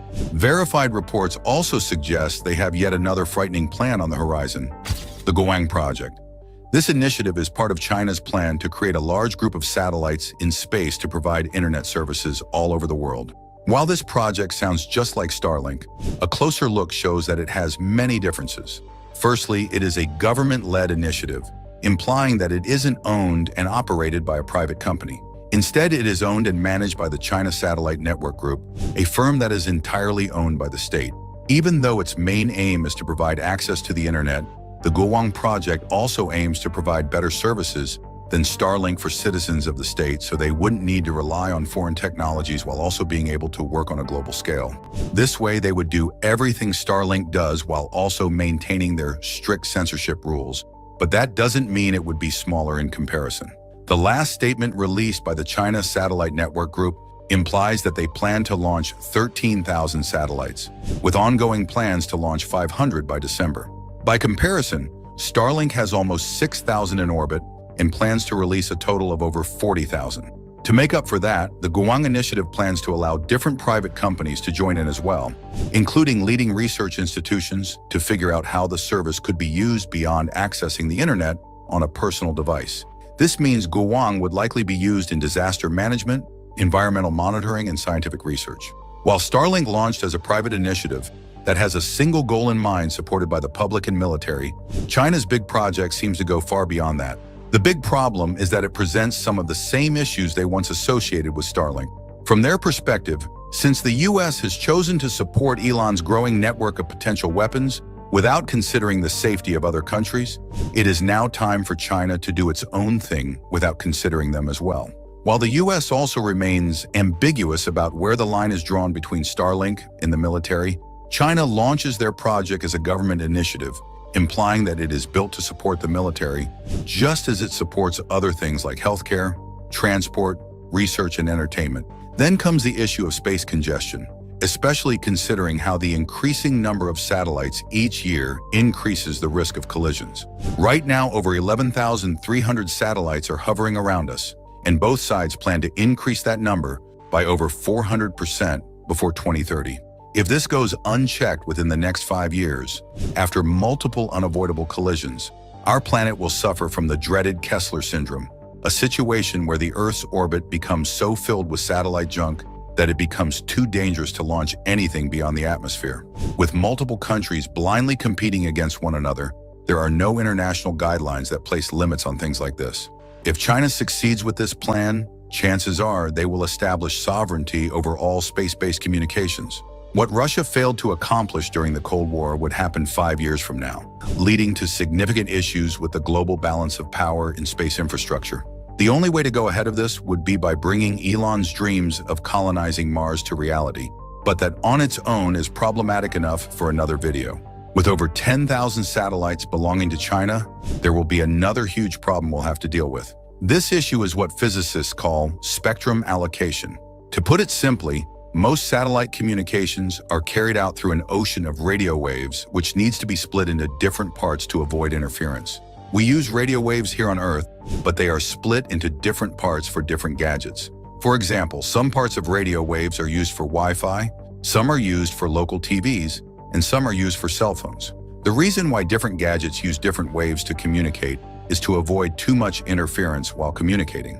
It is so important that different countries have regulations on the frequencies they are allowed to use. The big problem when it comes to having thousands of satellites in space communicating at the same time for just internet connectivity would interfere with the few other satellites put up there for other purposes. These few other satellites are useful for things like navigation, weather forecasting, and global communications. Without these few satellites working properly, it is almost pointless to have an internet connection, given how important they are, and let's not forget the negative impact they would have on the environment.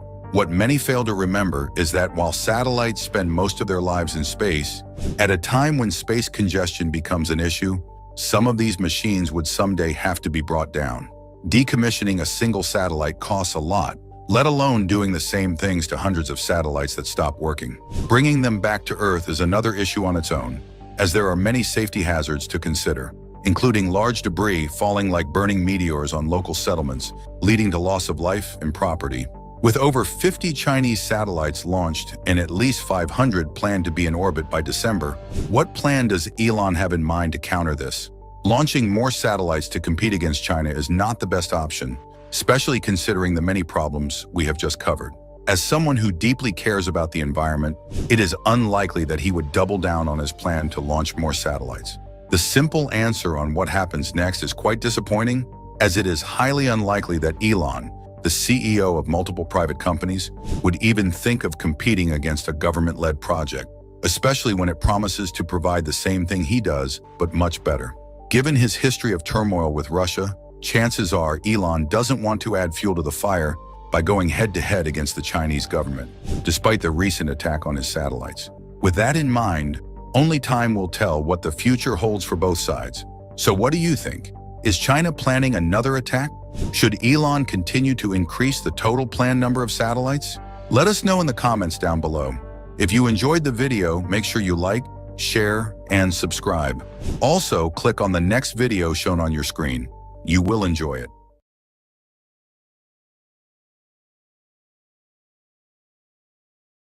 I'll be right back. Just hold on for your next 10-minute video.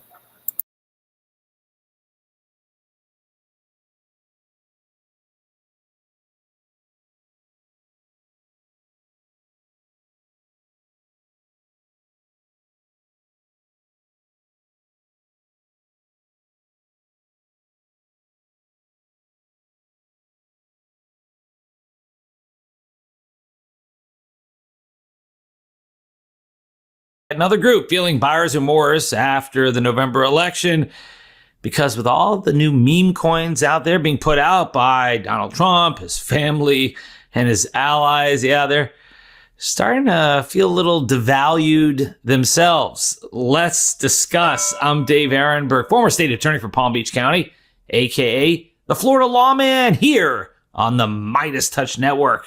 One of the big galas at Trump's inauguration was the crypto ball, where leaders of the crypto industry were whining and dining and exulting in Donald Trump's victory because supposedly Trump would be good for them. I mean, he made all those promises. But according to the Washington Post, when crypto bros started hearing about Trump's new meme coin, the party atmosphere at the inauguration took on a sour note. I was pretty dismayed by it, Carter, and he's referring to a guy named Nick Carter, a Trump voter and general partner at Castle Island Ventures, a venture capital firm that invests in crypto startups, said in a phone interview Friday. It cheapens his embrace of the crypto industry. Trump's new coin, Trump, is an example of what insiders call a meme coin, a digital token traded largely to capitalize on jokes or online enthusiasm rather than as a practical financial asset. It had a market capitalization of $5.8 billion last Friday, a sizable worth for a week-old project. So what's to complain about, right? Aren't they all on the same team? Isn't crypto, meme coins, aren't they all in the same pot of speculation? Not so fast, according to the Washington Post. Carter fears the presidential crypto coin makes Trump's promises to ease regulation on the sector appear self-serving and creates conflicts of interest. It makes it look like quid pro quo. He said, "Where have you been, dude?" I mean, this is the most transactional president in the history of our country. How'd you not know that? I mean, where have you been?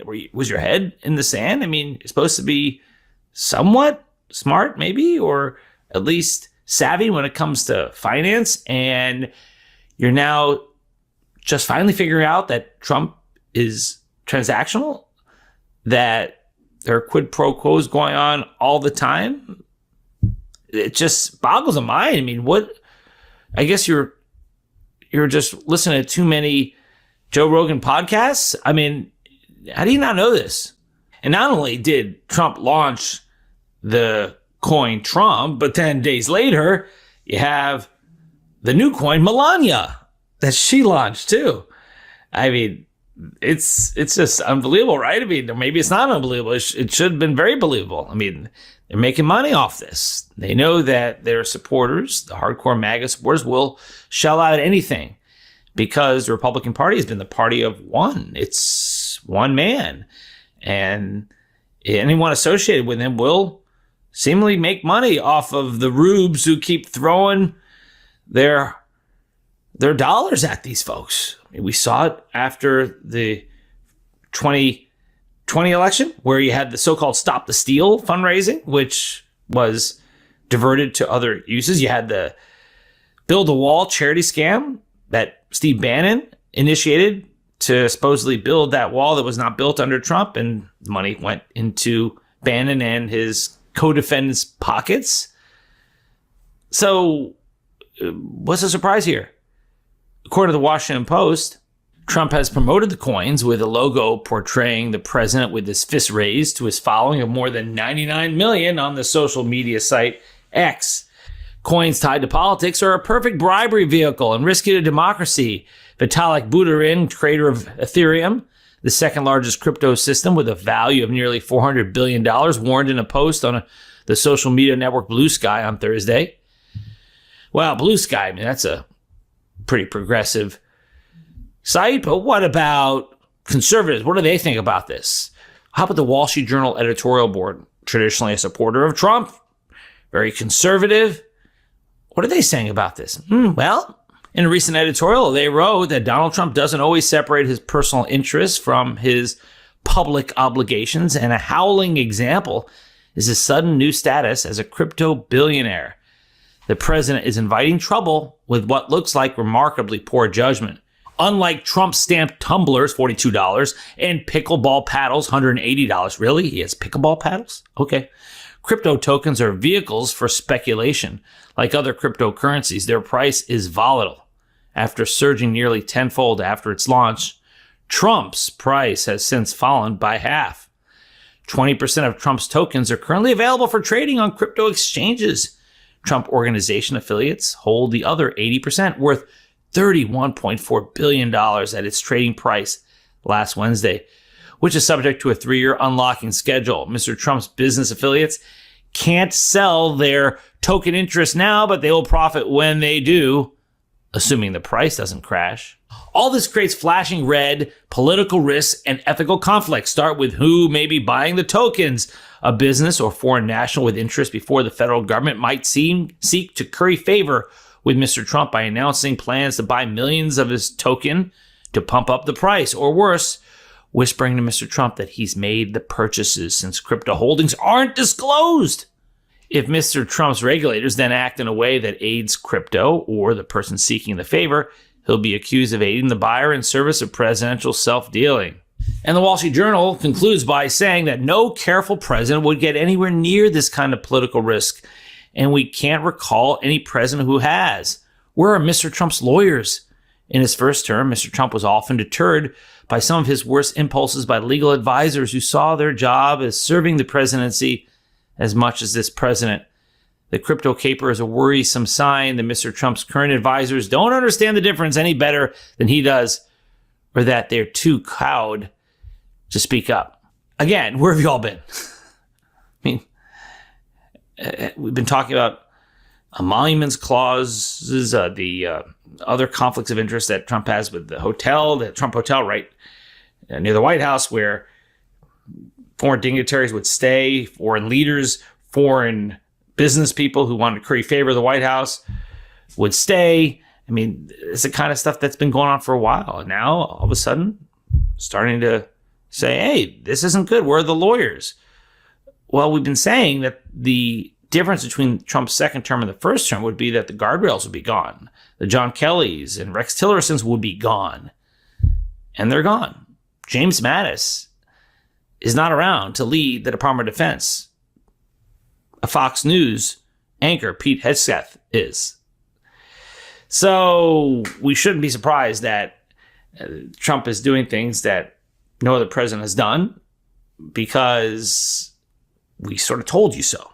And perhaps the backlash now from the crypto industry against Trump putting out his meme coin, his wife's meme coin, that perhaps the thing that is keeping the crypto bros in check is that Trump gave them something. Trump threw him a bone because he pardoned the former head of Silk Road, the guy who was serving a life prison for conspiracy and money laundering. Well, Trump pardoned him. After all, Trump does care what people think of him, especially his supporters. Those people who support him in the campaign, he wants, again, to be transactional and give him something back. So he gave him Silk Road. And as the Washington Post says, there are retail investors who are excited by these coins.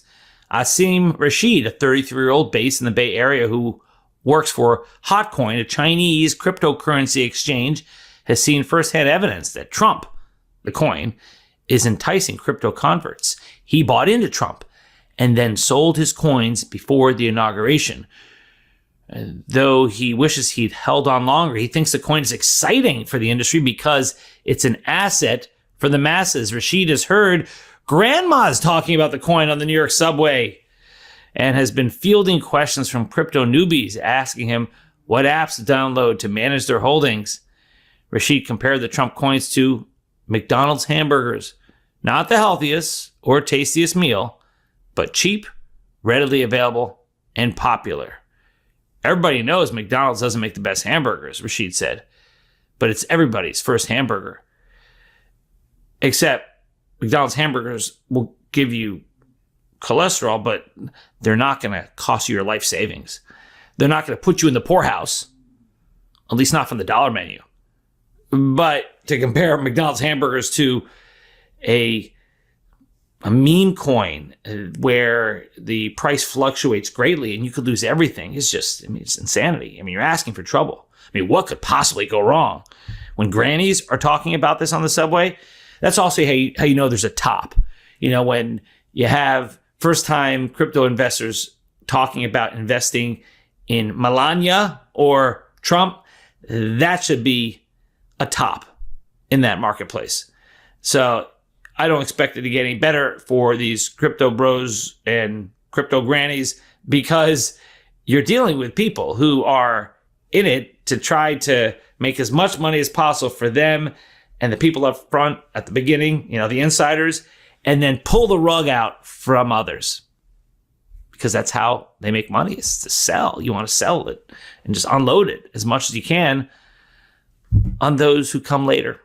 It's not just Trump and his family. Remember that Detroit preacher who gave that very passionate benediction at Trump's inauguration? Well, his name is Reverend Lorenzo Sewell. And right after, he decided to pursue his own crypto meme coin. It was named after himself, Lorenzo. And according to DL News, which is an industry publication, the crypto community was kind enough to send me Lorenzo, so I have permanently locked my tokens into a liquidity pool so that I will never sell on the community, but rather just earn fees as our token continues to flourish. Sewell posted on X on Monday. Yes, you can feel the powerful spirit moving this pastor to issue a coin right after he gained national attention. That's just something. Maybe I missed that part of the Bible about issuing your own meme coin. But it didn't go well for Lorenzo because Lorenzo meme coin is down 93% from its $4.5 million market value peak in less than a day. Who knew that a reverend should have taken life lessons from the Hawk-Tuah girl? You don't see much of her lately either. That's something that he and Hawk-Tuah girl have in common. Their meme coins crashed. You have investors holding the bag. But Trump and Melania, theirs is still doing well. At least for now. We'll see how long that lasts.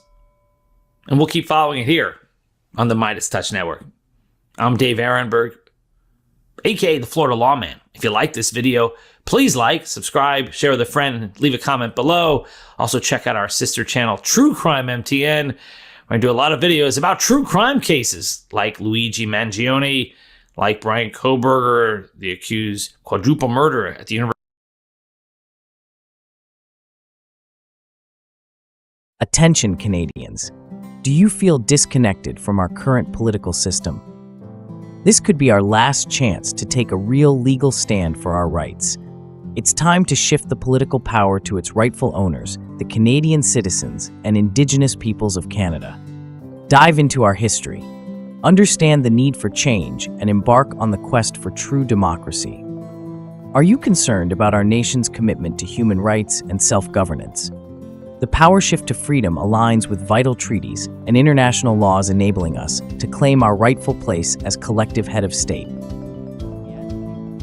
We advocate legally replacing the Crown, King Charles III, and our partocracy system with a true democracy, the peoples as the true collective head of state with veto power over our governance, to ensure your voice counts more than party interests. When our national collective civil and political rights are respected. your influence on policies will be direct and impactful. Join us on this noble struggle to make every Canadian and Indigenous peoples a meaningful participant in our future as collective head of state, which was legally owed and kept from us since the patriation of our Constitution, an official decolonization from the United Kingdom of 1982. It's time to correct the past of our government's lies and omissions to the people of our great country before it is too late.